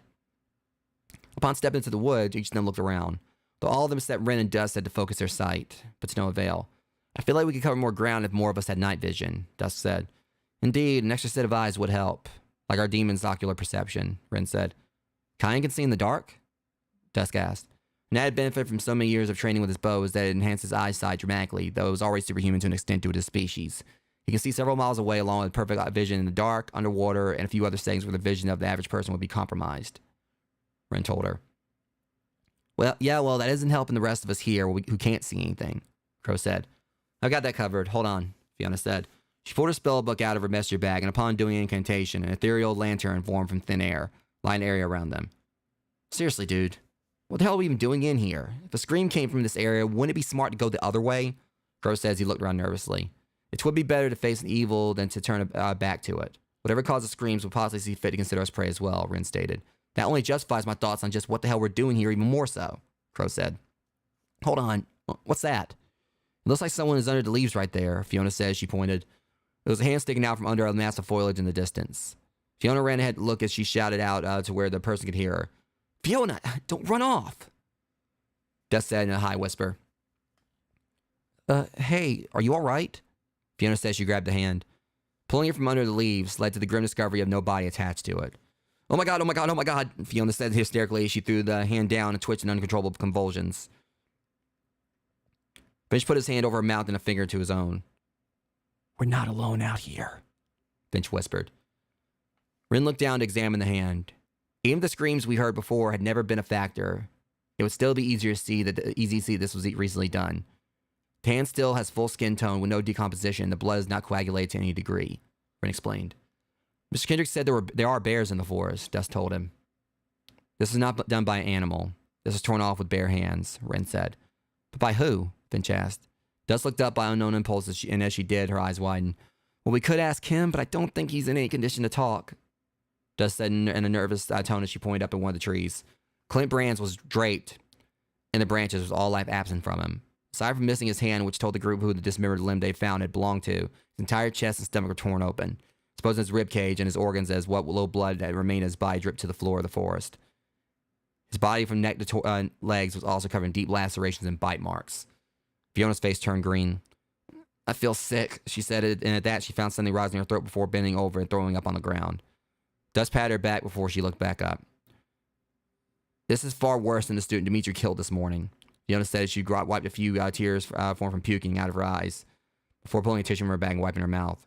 He is not the only one, Rin said as he looked off to the side. The redhead student laid on the ground with his intestines halfway out of a wound in his back, and most of his skull caved in as if he had been crushed by a large rock tossed down on it. And near him, hanging upside down from a rope on a tree branch by his ankles, was the Mohawk student. His entrails hung sickly out of his abdomen, and his head laid on the ground beneath his corpse. They both shared the multiple bites and the claw wounds that Clint did. This is horrible. Who could have done this? Dusk wondered. As much as I could say they had it coming, I would call this torture and that they died slowly. It was done for more than just to kill, and so whoever did this had the intention to issue a warning to who may see it. Also, though the wounds are severe, they are hardly bleeding, which is strange for two reasons. One, with how recently the screams were sounded, even with the severity of the wounds, they would be bleeding torrents still. And two, look at the ground under each of them, Rin said. Fiona shined her ghostly lantern down on each of the three victims and saw what Rin meant. The ground hardly had any blood beneath the bodies, meaning they were drained. As any blood beneath the bodies, meaning they were drained, Fiona said. Vampires did this, and a fair amount of them. They attacked and fed off each of them all at once, given they sucked the majority of their blood from their body in a very short amount of time, and then inflicted the other injuries when they were already close to death to finish them. They were also half-breeds, seeing as Rin explained it before trailing off. Half-breeds have a tendency of being very feral when they feel bloodlust, compared to full-blood, who calmly feeds no matter what, even if starving, and just leaves the body intact usually. Dusk said. Nice insight from a vampire minute fresh only a couple of years ago, Dusk, Rin said, nodding his head in respect. I know because aside from Scarlet teaching me these things, I saw for myself at Lord Sarek's castle when Dusk said with her last words never leaving her lips as she put her hand to her mouth and once again looked at the bodies around her. Dusk, what is it? Crow asked. We have to go. Now, Dusk said in a panic. She then grabbed Fiona's arm and took off running, pulling along so abruptly that she almost fell several times as Rin, Crow, and Finch followed. Dusk, calm down. Running blindly isn't going to help anything. Fiona shouted. I'm not running blindly. We need to get out of the forest where they hold the advantage and the element of surprise and back to the dorm main building so we can now warn the headmaster. Fiona, it's begun. Damn him, it's happening, Dusk said, her voice panicked. Wait a minute, are you trying to say that he's here now? Fiona asked. They stopped in a large clearing as Fiona put her hands to her knees and tried to catch her breath. No, because he doesn't need to be. As Ren said, these injuries on Clint and his friend's bodies were inflicted by half-breeds. Many of them, so he's performing one of his raids. Something he commonly did to nearby villages. And when he did these raids, there was many more than what could have just killed 3 students, Dusk explained. How many are we talking, Dusk? Fiona asked. Enough. Enough to take me back by force and destroy any who get in the way, and even those who don't, Dusk said. A small army. Take the quarry and leave no survivors to tell. No quarter, Ren added. Dusk nodded her head. Why is he so hell-bent on bringing you back? Finch asked. I did something that no other potential lover to him has done, Dusk said. You escaped, Ren answered. And sadly, me escaping has brought a dark cloud over this school that I fear will end in death before the night's over with. This sucks. You guys made all those prophets leave, and yet we still aren't safe, Dusk explained. So what safety would there be in the dorms? Crow asked. I feel there will be strength in numbers if any of the other students chose to band together, and of course the headmaster no one gives us a chance as well. I fear that won't be enough, Dusk stated. Speaking of numbers, Finch said before closing his eyes. Roll call? Wren asked him. Yeah, Finch replied. You mean you can see how many are out there right now? Fiona asked. Finch was silent for a few seconds as he closed his eyes. He then opened them and swallowed hard. Wren, take the girls and Crow back to the main building, and while you're there, grab your swords and daggers. Finch told him. That many? Wren asked. Finch nodded his head. Then I refuse. You need to be the one taking them to safety along with yourself, given you and Crow both are vulnerable to being turned along with Fiona, Wren said. We don't have time for this. I haven't even bothered to try sensing kind since I don't know about his reliability given how badly he was possibly traumatized psychologically due to Jin. Not to mention the moon in its current state, which is a serious issue for Lupe. You may end up being out here alone, Finch told him. Then I'll stay with him, Dusk told Finch. You'll do what? Finch asked her. Are you fucking nuts? You're the one they're after, Dusk. Fiona also replied. Well, they'll have to fight me to claim me. And at least if I remain here, they'll be focused on this location compared to tearing apart the dorms to find me. And if I'm staying here, will likely only postpone their raid of the main building. But you can't fight them in such numbers, Finch stated. But I'm not letting them just take me either without making them work for it. I never have used it much, but Scarlet has given me some combat training. I'm staying, Finch. Damn it, I'm through with running away. Dusk told him, even though she looked afraid and tears were welling in her eyes. Fiona sighed with a deep breath and looked at Finch. Then I'm staying too. Because I refuse to leave her when I vowed to keep her safe. You and Crow get back to the school and tell Mr. Kendrick what is happening. And if you see Scarlet, tell her what's going on. Hopefully she can even the odds, Fiona told him. Finch stood there in a mix of anger, confusion, and fear for their safety. Be careful, Finch said before levitating up into the air, followed by Crow, who took on a bird form to fly with him. Above the ground, they were safer from being attacked. Fiona had looked at Wren. Finch was right about your lack of weapons, though, Fiona told him. At that, Wren teleported. I'm not going to ever get used to that, assuming I live through tonight by some miracle, Fiona said. Fiona, thank you, I said to her. Fiona looked away as she showed a slight smile that hid how terrified she was. It's what friends do, Fiona told her. Wren appeared seconds later. After shoving several kunai blades into a belt holster draped from one of his shoulders to his waist, he tossed one of his katana to Dusk before tying his other one to his back. I would hope that with Scarlet knowing bladed combat, she may have taught you to use a weapon? Wren asked her. Not really, only unarmed combat, Dusk told him as she looked down at the weapon. Well, let us hope you learn fast, he said with a small laugh. He was so calmed by what Fiona and Dusk noticed. Wren, what if we die out here? Fiona said. Death only comes when one is ready to die. Are you ready to die? Wren asked her. Not really at the top of my to-do list, no, Fiona told him. Then live. Wren told her as he pulled his sword from his sheath to look it over for any imperfections before looking up and into the distance. Ahead, Wren simply spoke. Fiona felt her heart drop. Vampires. Massed them as they finally came out of the woods from all sides. That has to be at least 500, Wren said. Fiona armed her spellbook. Fan-fucking-tastic, Fiona said. Dusk, however, had noticed the one in the front of the rest. He was holding a whip with a razor-sharp metal edge as he snapped on the ground. Dusk dropped her sword as she thought back. Crack. No, please, stop it. You're hurting me. Dusk screamed as she cried.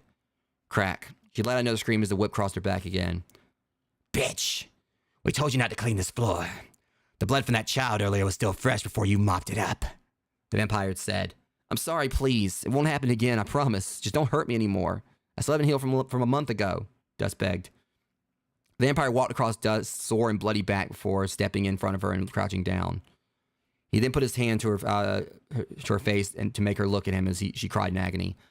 But knowing you hate the pain so much is why I like inflicting it, Castle Rat. He said evilly with a cackle before licking her face. The whip continued to crack again and again that night as her screams echoed throughout the halls. Dusk, Fiona said to her, bringing her back to reality. The vampires had all marched much closer until the one in front put an arm out to the rest of the cease advancement. Dusk's memories had held true accurately. The leader of the swarm was indeed the same one who had abused her for so long. Duncan. One of the two generals Lord Sarek enlisted to lead his raids. Though the other one that Dusk knew of, a behemoth by the name of 12, was nowhere in sight. Well, look who it is, everyone. It's the Castle Rat. I actually have missed the days where she was on the floor like a little rodent. The squeak she let out so loudly when she got sliced out of a piece of cheese her kind enjoys. Duncan said, You say her kind. Thus, would you not be a rat by any other name as well, seeing as you and her are both vampires? Wren told him in a calm tone. Duncan looked at Wren and hissed, And who are you to speak for her? Would you dare try to defend yourself and her in a date with death, seeing as you three against an army of trained killers? Duncan said. More the equivalent of trained circus animals, seeing as you seem to not realize how little faith your Lord has in you for sending so many of you just kidnap one girl in fight of all things, students at a college. Strange how you and your cohort seem so hesitant towards those standing on firm ground instead of overwhelming us outright, Ren told him. What did you just say? Duncan lashed out. If you are that stupid, then repeating myself would only complicate your inability to know a backside from a crevice in the soil beneath our weight. Ren said calmly still. You mean an ass from a hole in the ground? Duncan yelled. Why would you question the quotational knowledge of someone you were planning to kill? Ren asked him. Dusk found something clicking inside her head upon seeing Duncan being belittled.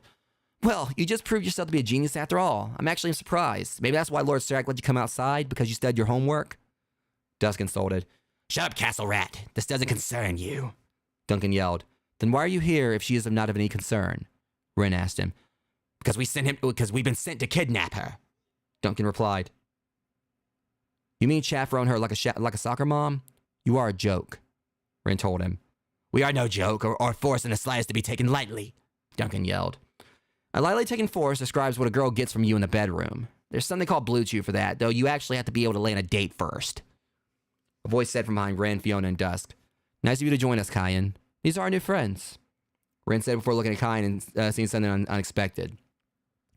Kyan was covered in blood, with his short turn off and multiple bite marks and scratching on his body as the three victims earlier had. His head was also adorned with a very familiar-looking fedora hat. Also still, he was dragging a vampire across the ground by his nose, and more specifically, his index and middle fingers were hooked deep in its nostrils. As it struggled, smoke bellowed from its mouth as it coughed nonstop due to Kyan igniting both fingers with a small flame.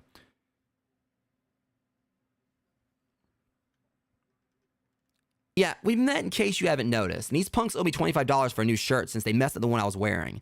Not that I can't afford a new one, they just need to be held responsible, you know?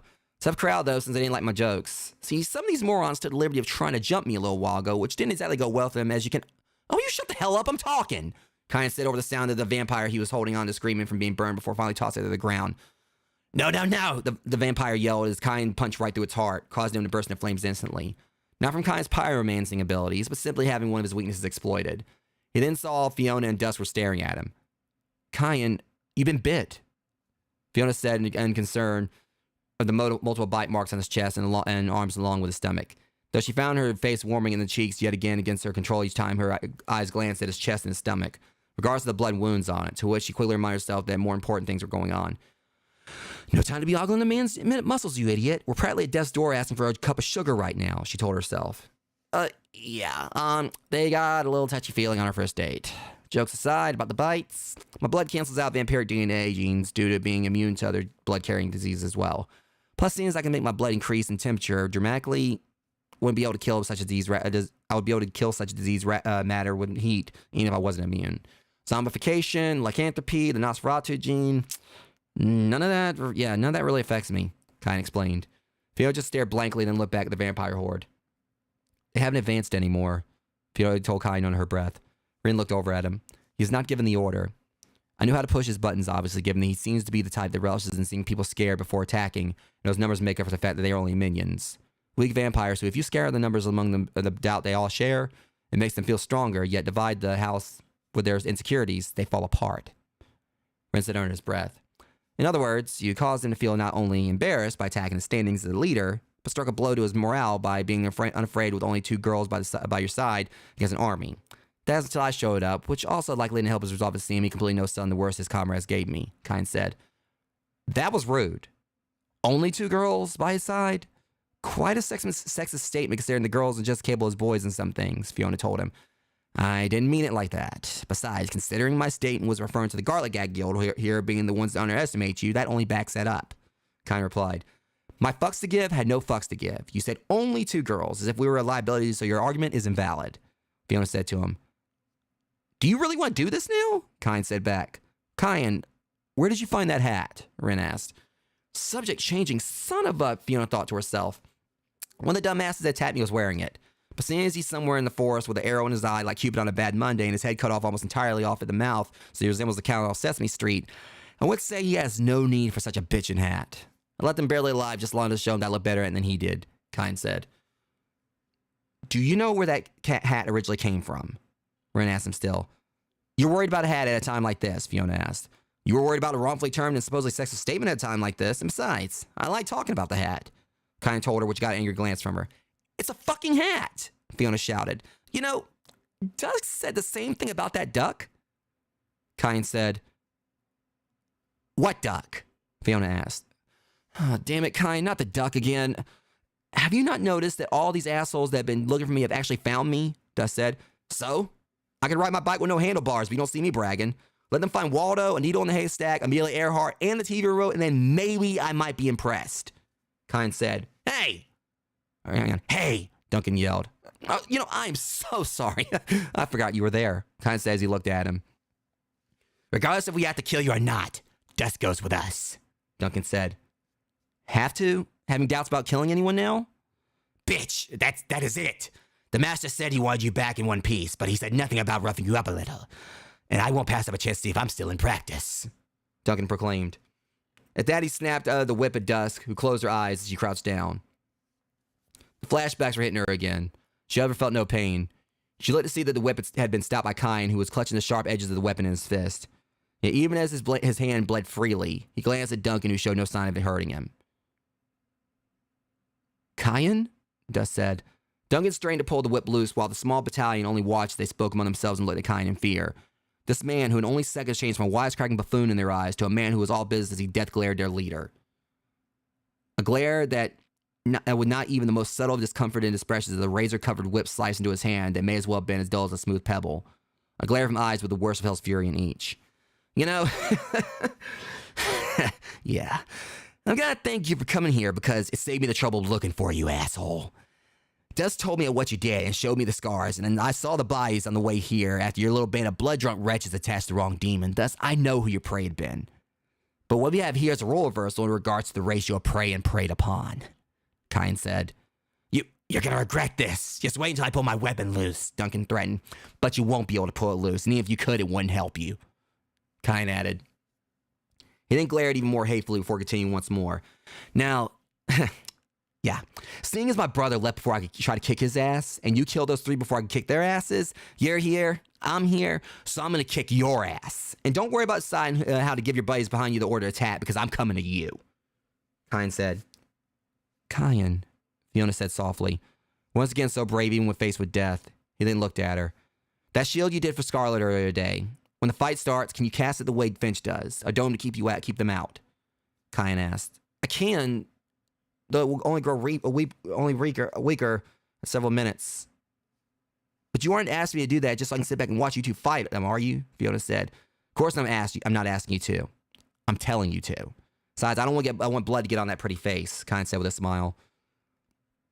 Fiona found herself blushing slightly before she took Dusk and ran away back to the distance. Back to the distance. Sir, she's getting away, one vampire said to Duncan before running ahead without orders in an attempt to get past Kyan and Ren. Yet before he could, a hand impaled his chest and crushed his heart before reaching it back out, making him go up in flames. You two aren't alone, Scarlet said, though she was looking at Kyan with the same hate that she was before. You gonna finish that? Kyan said to her as he pointed to her hand and the vampire's heart that was still clutched in it.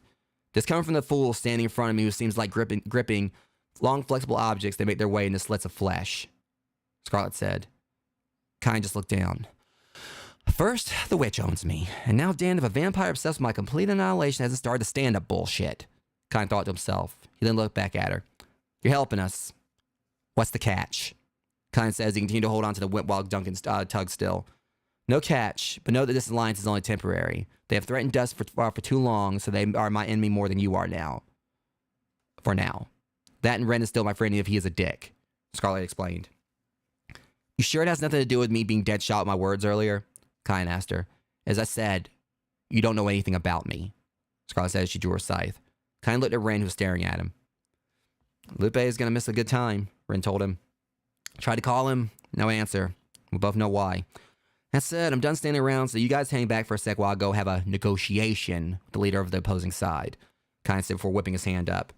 At that, Duncan was thrown up into the air as he held on to the whip's handle before Kyan slung his arm down, bringing him hard into the ground and forced him to let go. Duncan looked up at him as he held his nose, and upon doing so, what little color, if any, on his face was drained by fear. Kyan was walking towards him, the whip still embedded in his hand. Even without the absence of any amusement on his face, it could be seen clearly what his intentions were. As the horde started to advance, a massive wall of fire shot across the entire length of the field, blocking all of them off. As Duncan crawled backwards trying to get away from Kyan, the heat from the flames behind him stopped him. He heard the screams and shouts of his brethren on the other side as they tried desperately to reach him, some digging under the wall and to find it extended beneath the soil. You all so far have only killed a trio of player-minded dicks swinging in results of 3 failed seconds in time where the fathers failed to spray them into a napkin in a seedy truck stop instead of their mothers, which to me shows that you only have a strength in numbers. Well, unfortunately for you, the only numbers you can count on now are the numbers of octaves I'm about to make you scream in. Kyan stated as he closed the distance. Duncan watched as he reached down and picked up the handle of the torture weapon. Sadistically designed even without the blades. It gave a quick crack. Kyan looked back at Dusk. She was in tears as she twitched. It's a face that told of years' worth of psychological trauma. Then Kyan watched as Dusk's expression changed. She narrowed her eyes, gritted her teeth, and proceeded to give him a nod of her head. He then slowly turned to look back at Duncan. Who's the cornered rat now? Kyan said coldly as his eyes began to spark and a trail of flames lit up the whip to the point that every sharp metal edge glowed white. He then raised up his arm. The whip cracked again and again as agonized screams filled the air. Fiona watched before glancing at Dusk, who jumped and twitched with each occurrence of the whip meeting Duncan's flesh. She gripped her hand to comfort her, with Dusk's own hand closing around her own as it shook. Ren and Scarlet only watched, so Scarlet scraped her fang on her tooth in annoyance. As much as she reluctantly supported what Kyan was doing as payback for what he had done to Dusk, she hated it wasn't her wielding the whip. On the other side of the wall of flames, the rest of the horde could only listen helplessly to each crack of the whip as their leader wailed in pain. Finally, the sound stopped and the wall of flames dropped. So, I wanted you guys to rate my handiwork, Kyan said to them.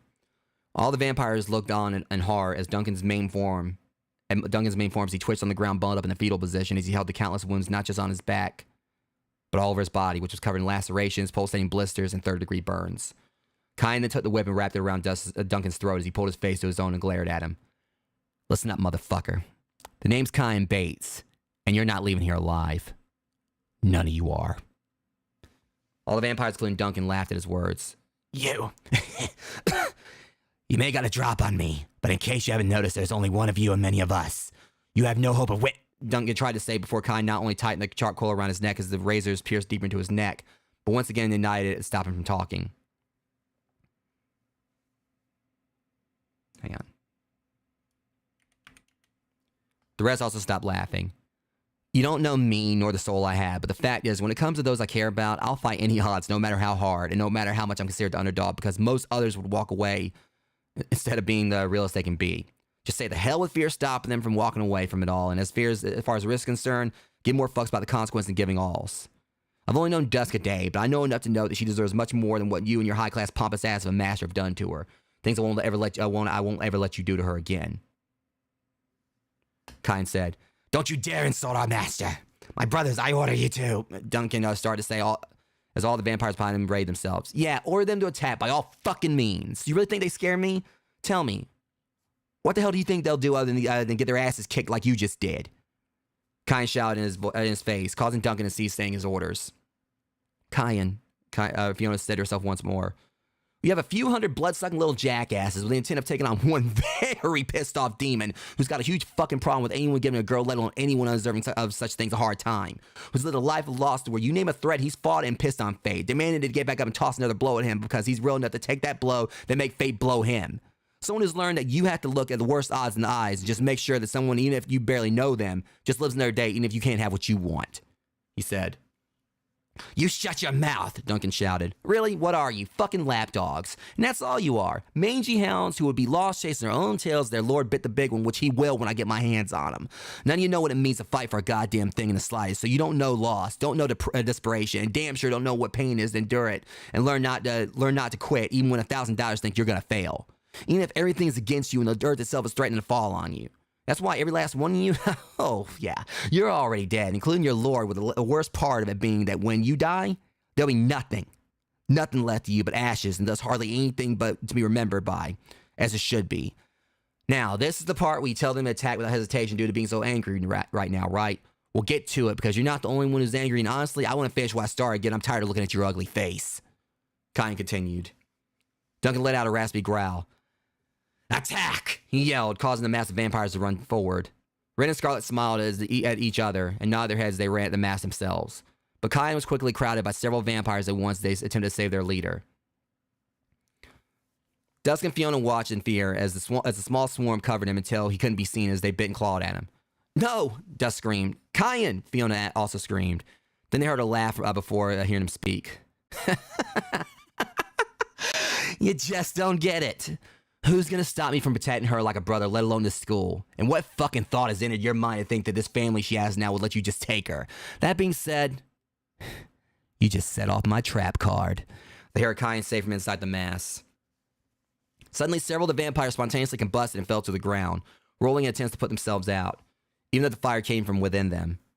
Word of caution. It's not wise to try and feed on someone who can become the end result of trying to drink from an active volcano, especially when he intentionally brought attention to himself for his opponents to attack. Kyan said as the few remaining vampires were blasted off by bursts of fire that surrounded him as he stood there with more vampire bites that replaced those that had healed. His hair seemed to have an orange hue to it as it swayed upwards as it defying gravity, while the fedora flew off his head from the hot wind that came from the flames, though his head was bowed down again with a hand to his face as he bled from his mouth. Several of his bones could also be seen through his new cuts, but as he raised his face to once again look at Duncan, who was still in his grasp, the vampire saw that the white in Kyan's eyeball had an orange glow. His pupil had also changed to a narrow vertical slit, in a resemblance of a viper. At this, Duncan convulsed as his skin heated up. His veins pushed and pulsed against his skin as he struggled to breathe. What are you doing to me? He screamed in between, gurgling as he spat up blood, which upon making contact with the ground instantly made the grass they had fell to burst into flames. Kyan just continued to glare with that eye as he pulled him closer. Should be obvious, bitch. I'm killing you, he said. The rest of the vampires who had been advancing on him stopped at the sight. The Ghost Rider stampede was only one dark drive Kyan had given that he knew another. Compared to the ethereal beings he summoned that normally inflicted no physical damage unless Kyan chose otherwise, this ability was purely physically damaging attack from the range of making someone's blood boil to what he was doing now. Spontaneous combustion while also liquefying the victim's organs. Which is why, while unnamed by others in his bloodline capable of doing it, Kyan simply dubbed it the Deep Six, due to its effectiveness in disposing of his foe to where there was almost nothing left. So far, I only know 2 dark drives, but my other one isn't fitting for you because as much as I could bring in my ghostly friends from the depths of hell to decimate you, you don't have a soul worth cleansing. Plus, I want to take care of this myself. What would scare you the most in these final seconds of torment, leading to the eternity of pain coming to you? You're going somewhere where you're going to never stop burning, Kyan said. Duncan screamed wildly as his body finally set ablaze, and as his comrades ran over to try and put him out, they instantly burst into flames as well the second they touched him, causing a chain reaction of what may well have been self-immolation. The rest that were nearby saw what would happen if they did the same, so they only watched helplessly while the occasional glances of anger at Kyan in anger. Only glances due to fear of making full eye contact with him. Kyan then walked towards them slowly as Duncan and the few others who joined his fate became only ashes from blood to bones. He then looked back at Fiona. Now's the time for that shield, he shouted to her. Fiona nodded her head, and after reading the incantation from her book, proceeded to make a dome-shaped bubble around herself in dusk. Arming his sword, Kyan swung it along the ground and scattered the ashes before tossing the sword up into the air. He then smiled quickly from ear to ear as he cracked his knuckles, a burst of flame shooting from them before the sword landing cleanly in its sheath. Demons know war and conflict more than many. And though my heart is one for helping others compared to hurting them, my blood can't escape war, Kyan said. At that, he sprang towards the several vampires in front of him. He started with a leaping knee at the very first one he got close to, causing his entire face to cave in, aside from an explosive burst of fire blowing his head apart immediately after, causing brain matter and blood to fill the air. Kyan then followed up by unleashing a barrage of punches and kicks, sending his foes flying in multiple directions into the air before firing off arrows with quick yet eagle-eye precision, as if skeet shooting. The arrows piercing their hearts one by one. He then followed up with arrows to any vampire he saw approaching from the ground and cutting down any who got too close with Growthbreaker until, well, that's a first. Kyan said as 3 of the vampires he shot at managed to grab the arrow right as they entered their chest and pulled it out before it pierced their heart. Better start using a stronger draw, Kyan thought to himself before letting another arrow fly. His allies fought fiercely as well. Scarlet was armed with her scythe. She sliced deep into the flesh of every foe that advanced on her with complete grace and elegance in her swings, as well as how she dodged and ducked attacks, making her beautiful to watch even though her face and clothes were quickly becoming soaked with blood, yet deadly to those currently facing her. They were her species. But this was a time where she saw them as only the enemy for threatening a girl she saw as real family. And Ren had found his own onslaught of foes to battle as he exploded with lightning-quick roundhouse and crescent kicks, along with palm strikes and closed fist strikes using various stances of his Shotokan fighting style to lethal degree, which decapitate each of his enemies if he hit if he didn't pierce through their hearts. Damn, Ren, look at your cute ass. You got men over you over there. I mean, damn, girl. Kain shouted as he punched one vampire's head and soccer kicked it while it was still in midair, hard enough to force it into another one's chest. Knock his heart out as his arteries and chamber each severed all at once. Ren showed a slight smile towards Kain as he tossed the kunai into the air before grabbing one vampire by the ears and driving several knees to its face, which was followed by one more that was hard enough to force the vampire's skull back with a velocity to rip his ears off as it fell to its back. From there, the kunai fell down on its chest, to which Ren tripped another vampire onto the first one, causing the handle of the blade to pierce the heart through the back, while the blade itself impaled deeper into the chest of the first vampire, thus reaching and piercing his heart as well. He then delivered a reverse roundhouse kick to yet another vampire, sent him backwards to a large rock, and in a quick advance gave a right palm strike followed by a quick combination of straight jab punches, elbow strikes, hooks, and inverted fist punches to his face and stomach. Ren then backed away in a bouncing fleet-footed motion before twisting the tip of his foot on the ground and running back in with a leaping front kick to the vampire's head, crushing completely and splitting the rock down the middle. Hey, Ren, I think he's going to make a full recovery. Kain said of Ren's previous kill before throwing a fireball at a vampire to set him ablaze and tossing him at several others, causing all to burn alive. Kain, as much as I would enjoy you getting torn apart, can you stop being a dog pound for once and focus on fighting? Scarlet shot at him as she ducked under a vampire's claw swipe, and after kicking him in the groin, uppercutted him high into the air before jamming the shaft of her weapon's handle into the ground. Scarlet then smashed two more vampires' heads together before ripping their throats out with her bare hands. Around the same time, the vampire she had tossed back landed back first on the scythe's blade, bisecting it with it withering away, regardless of no damage being done to its heart or head due to her scythe's deadly enchantment. Immediately afterwards, she grabbed the blade and decapitated the other two before slicing several more as they approached her in a mix of spins, downward swings, and also stabbing the tip of her handle through the hearts of some of them. Dog pound? Oh, you mean bark all night. Actually, that's Lupe who tends to bark aside from howl. Kain said as he cut another foe's torso open with his sword before ripping one of his ribs out and stabbing his heart with the bone. Whatever. Where the hell is that mongrel anyway? Isn't this something he would enjoy doing? Partaking in a good fight? Scarlet said as she looked at Kain, though she sliced her blade behind her to cut another head off without looking. He doesn't handle the harvest moons well. I'll leave it at that. By the way, move to the side real quick, he said while arming his bow and firing towards Scarlet, who jumped out of the way. The arrow found marking another foe's heart behind her. Thanks, dickhead, Scarlet said coldly, yet with a smile. You're quite welcome, Harpy. Kain replied back with a smile as well. Kain, with all due apologies for interrupting you and her having such a kind moment of bonding, I have to say this is what I spoke of earlier. Vast members, but they are weak. They have already diminished to around 50 or so left. Ren told him as he pulled several kunai from his belt and tossed them at more vampires coming from several feet away. Kain shot an arrow, which ricocheted off of one of Ren's airborne blades and through the hearts of three vampires that were running one right after another off to the left, while the rest of the blades Ren tossed found their marks in the hearts of the vampires he had tossed them out at. Ren then ran towards Kain, who had just kicked a vampire into the air. Elevator going up, top floor, lingerie, hardware, and ass whippings, Kain says he braced his hands and boosted Ren up, even though Ren could have made the jump himself. Ren wrapped his arms around the vampire and turned them both upside down before spinning around quickly like a corkscrew, dropping the vampire hard on its head and in the process crushing its skull and brain. As it convulsed on the ground, Ren severed its head with a quick stroke of his blade. Fiona, Dusk said as they continued to watch. I know, they're winning. Holy shit, Dusk, they're winning, Fiona said. She then put her hand to her eyes to cover them. Oh no, Scarlet, Fiona yelled. Scarlet had tossed her aside towards Kain's legs, but he jumped over it. What the hell, Scarlet? What happened to working with us for Dusk's sake? Kain says as Scarlet ran towards him. Instead of attacking him, though, she did a twist flip over his head, and while still in midair after riding herself, she buried her knees into the skull of a vampire whose legs she had tripped with the handle of her scythe. She then finished him by ripping off his head. She brushed her hair from her eyes and looked at Kain. If I wanted to kill you just then, I would have aimed at that mouth of yours instead of lower, as much as keeping your offspring from existing would probably have been a good thing. Scarlet said as she put her back against Kain's to watch behind him while he did the same for her. Well, thank you for being considerate, Kain told her as he fired another arrow which connected with one more vampire's head. With no strength in the pullback, the vampire flew off its feet, throwing forward momentum onto his back as if its neck as if it failed to do a gainer. As the vampire tried to sit up, Ren teleported over and kicked the side of the arrow, causing it to twist the vampire's head off as the skin and muscle ripped along with the neck snapping.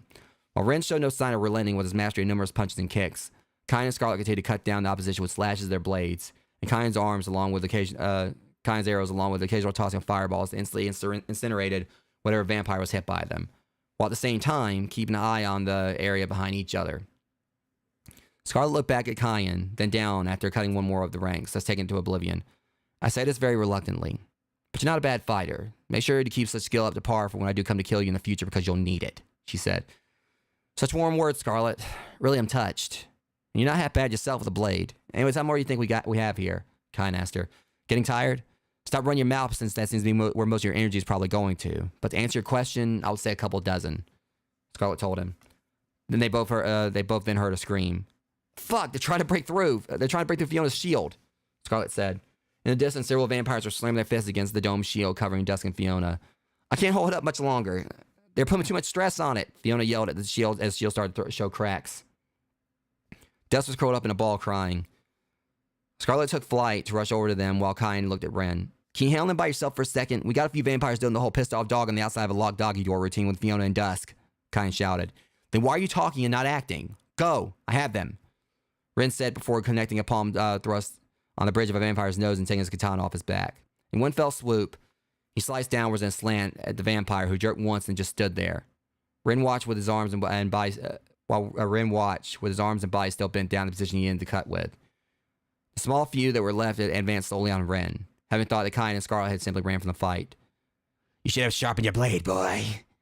You only made him flinch, and here you have more of us around you, and you are without your friends, one of the vampires said in a raspy voice. Ren smiled out of the corner of his jaw as he spun the sword once and slowly put it back in its sheath, leaving only the last inch out.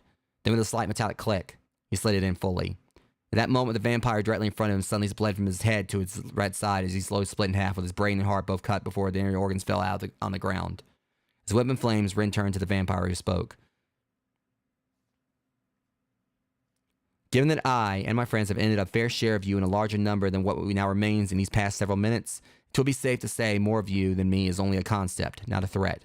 And as you see, my blade is quite capable of a cut, seeing as I sharpen it regularly. Now that being confided to you, death awaits, Ren said. Before the vampire could even take another breath, he found Ren had vanished. Damn it, they're almost in, Dusk shouted. I can't hold it anymore, Fiona said in a panic. As her shield dropped, one of the vampires tackled her to the ground and tried to bite her. Fiona! Dusk screamed. Fiona was too terrified to even scream and could only push him away from her neck and pull her hands away whenever he tried to grab hold of her. Then, snap. Fiona, though too overtaken by fear before, now screamed as the vampire grabbed her arm and snapped it at the forearms. As she held her broken limb, her vision started to blur. But as the vampire took advantage of her weakened state to try and make the kill, she then saw the image of a foot connecting with the vampire's face. It all seemed to happen in slow motion to her, as its cheek distorted like an ocean wave, and all the while she heard the bones in its face crack as its fangs broke out of its mouth. Blood and saliva also filled the air along with the vampire's eyeballs that came out of its socket. The next few seconds fighting off the unbearable pain were fairly noticed by Fiona as she partially blacked out from the pain.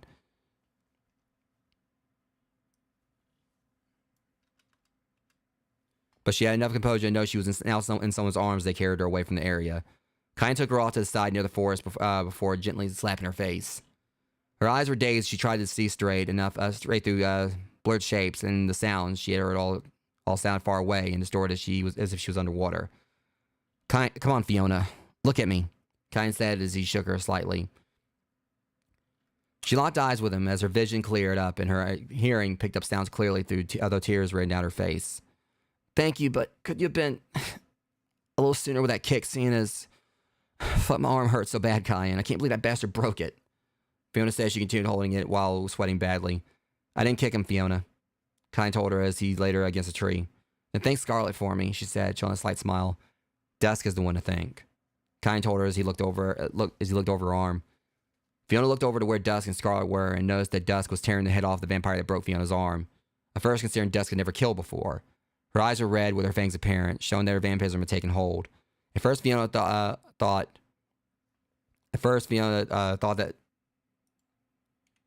that as much as Dusk hated hurting anyone, things had changed due to what Lord Serac had put her through. That he had sent his minions to kill her friends. But then, She saw cuts under Dusk's eyes and realized she had lost control again and wasn't thinking. There were no sides for her to take at that moment. Kyan, you need to try to clear Rin and Scarlet away from Dusk before, Fiona said before wincing from trying to move and her arm having a spasm of pain. What is it, Fiona? What's wrong with her? Kyan asked. It's her dark drive. She just found it today and doesn't know how to control it. So it's making her lose train of thought on who she is. She'll see all of us as enemies as much as Sarak's horde, she told Kyan. All right, wait here and I'll go try and... Oh no. Kyan said before stopping. What is it? Fiona said to him. He only looked into the woods directly behind him, where he heard a noise, a growl, an angry and feral growl. Fiona, get behind me and don't make a sound. Kyan says a bead of sweat dropped down his face past the blood of the vampires he killed. Kyan, what are you looking at? What do you see? Fiona asked. She looked behind her, yet couldn't make out anything. But Kyan could just fine. So he only continued to stare down the pair of eyes looking back at him in the pitch black darkness, and the glistening of sharp teeth shining from the dim moonlight, ready to tear apart the flesh of anything it got a hold of. Namely him and Fiona. Into chapter 8. So yeah, guys, obviously I definitely kind of got caught on like my words a lot there. One of the key reasons is because I've been dropping frames like multiple times, but thankfully it's like the stream held up. I just really do wish the YouTube would kind of do something about all this, because I've dropped like 5,000 frames during this. But yeah, I know I kept getting caught on my words, and it was also kind of tricky because this is like one of the most in-depth fight scene, segments I'd actually tried to, read to you guys. So that was a little tricky as well. But either way, I still hope you guys enjoyed this. This was like, one of my favorite chapters I worked on. And obviously there was like a lot of character development here. And also I wasn't really trying to ignore the chat or anything. I wasn't. I was paying attention to the chat. Just obviously I was like trying to read for you guys and everything. But whatever the case, the next chapter of this, I don't know when that's going to be because I still got to put on Wattpad and everything as well. But that is going to come eventually. It's probably going to take me a few weeks maybe to get like all that edited up like in a way where I feel comfortable putting on Wattpad and of course reading it for you guys.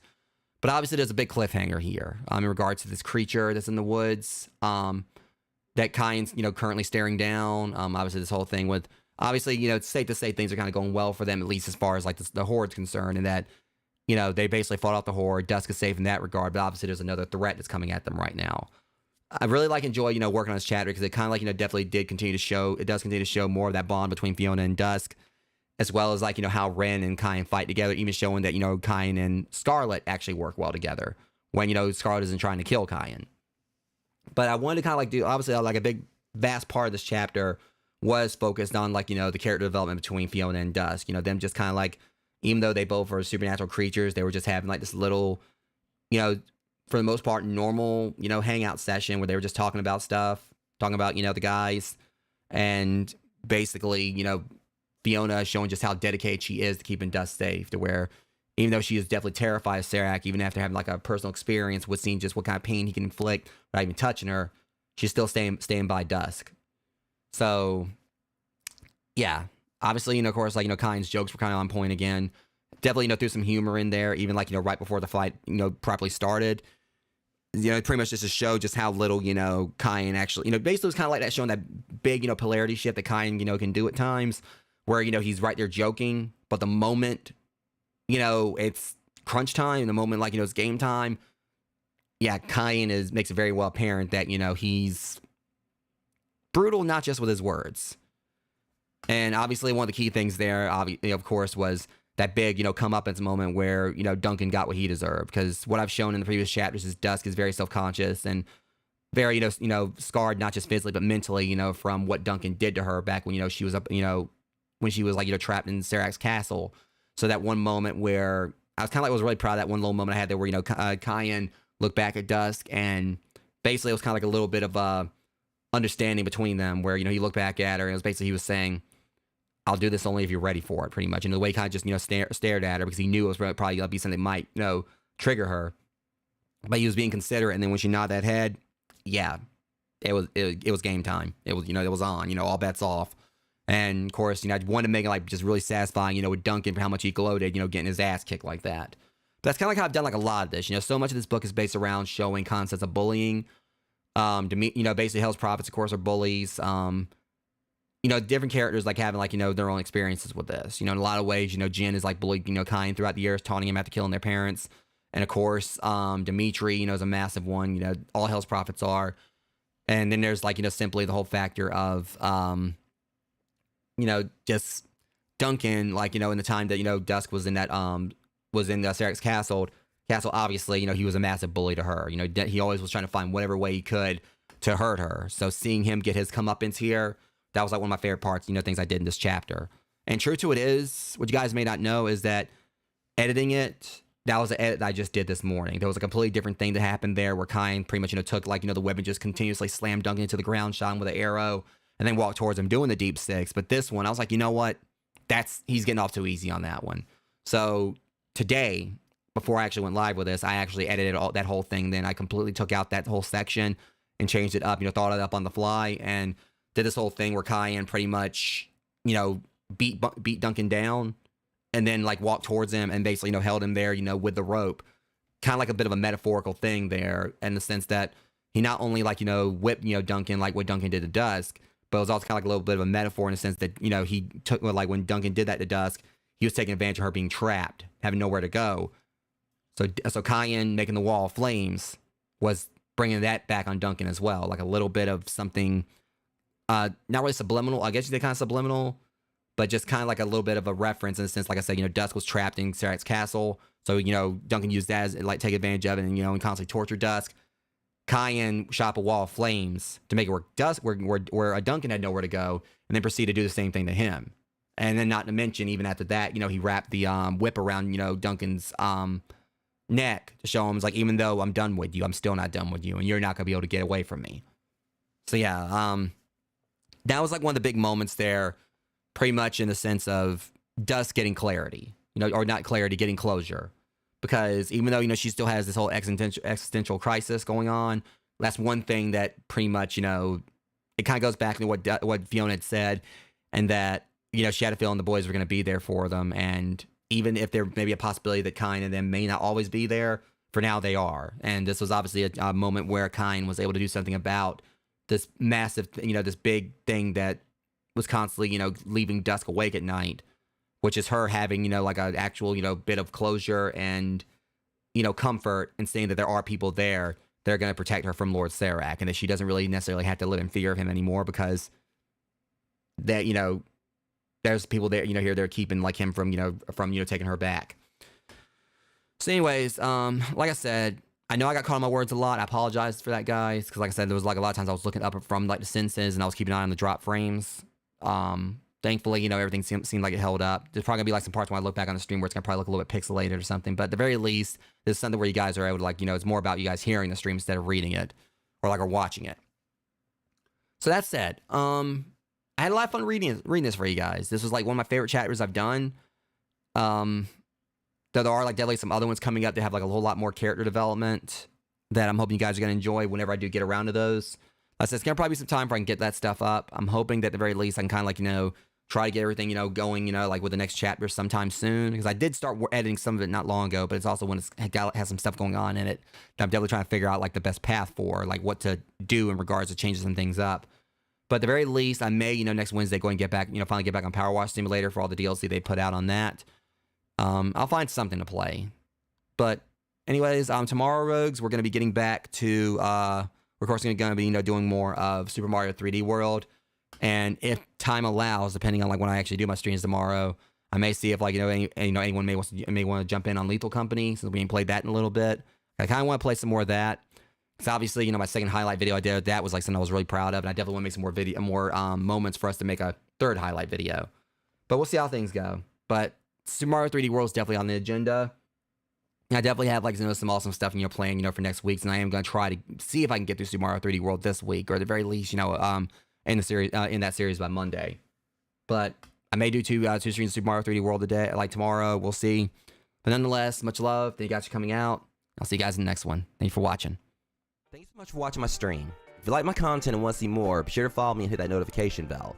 You can also find me on Instagram and join my Guilded server to hang out and join in on occasional movie nights, as well as check out my TikTok where I post comic book clips from my live streams. If you're an aspiring streamer, my website contains a collection of over a dozen completely free text guides with advice to help you get started. Sections dedicated to proper networking, report to channel panels, handling dead air, and many other topics. You can find a link to my website on my YouTube channel. See you guys next time.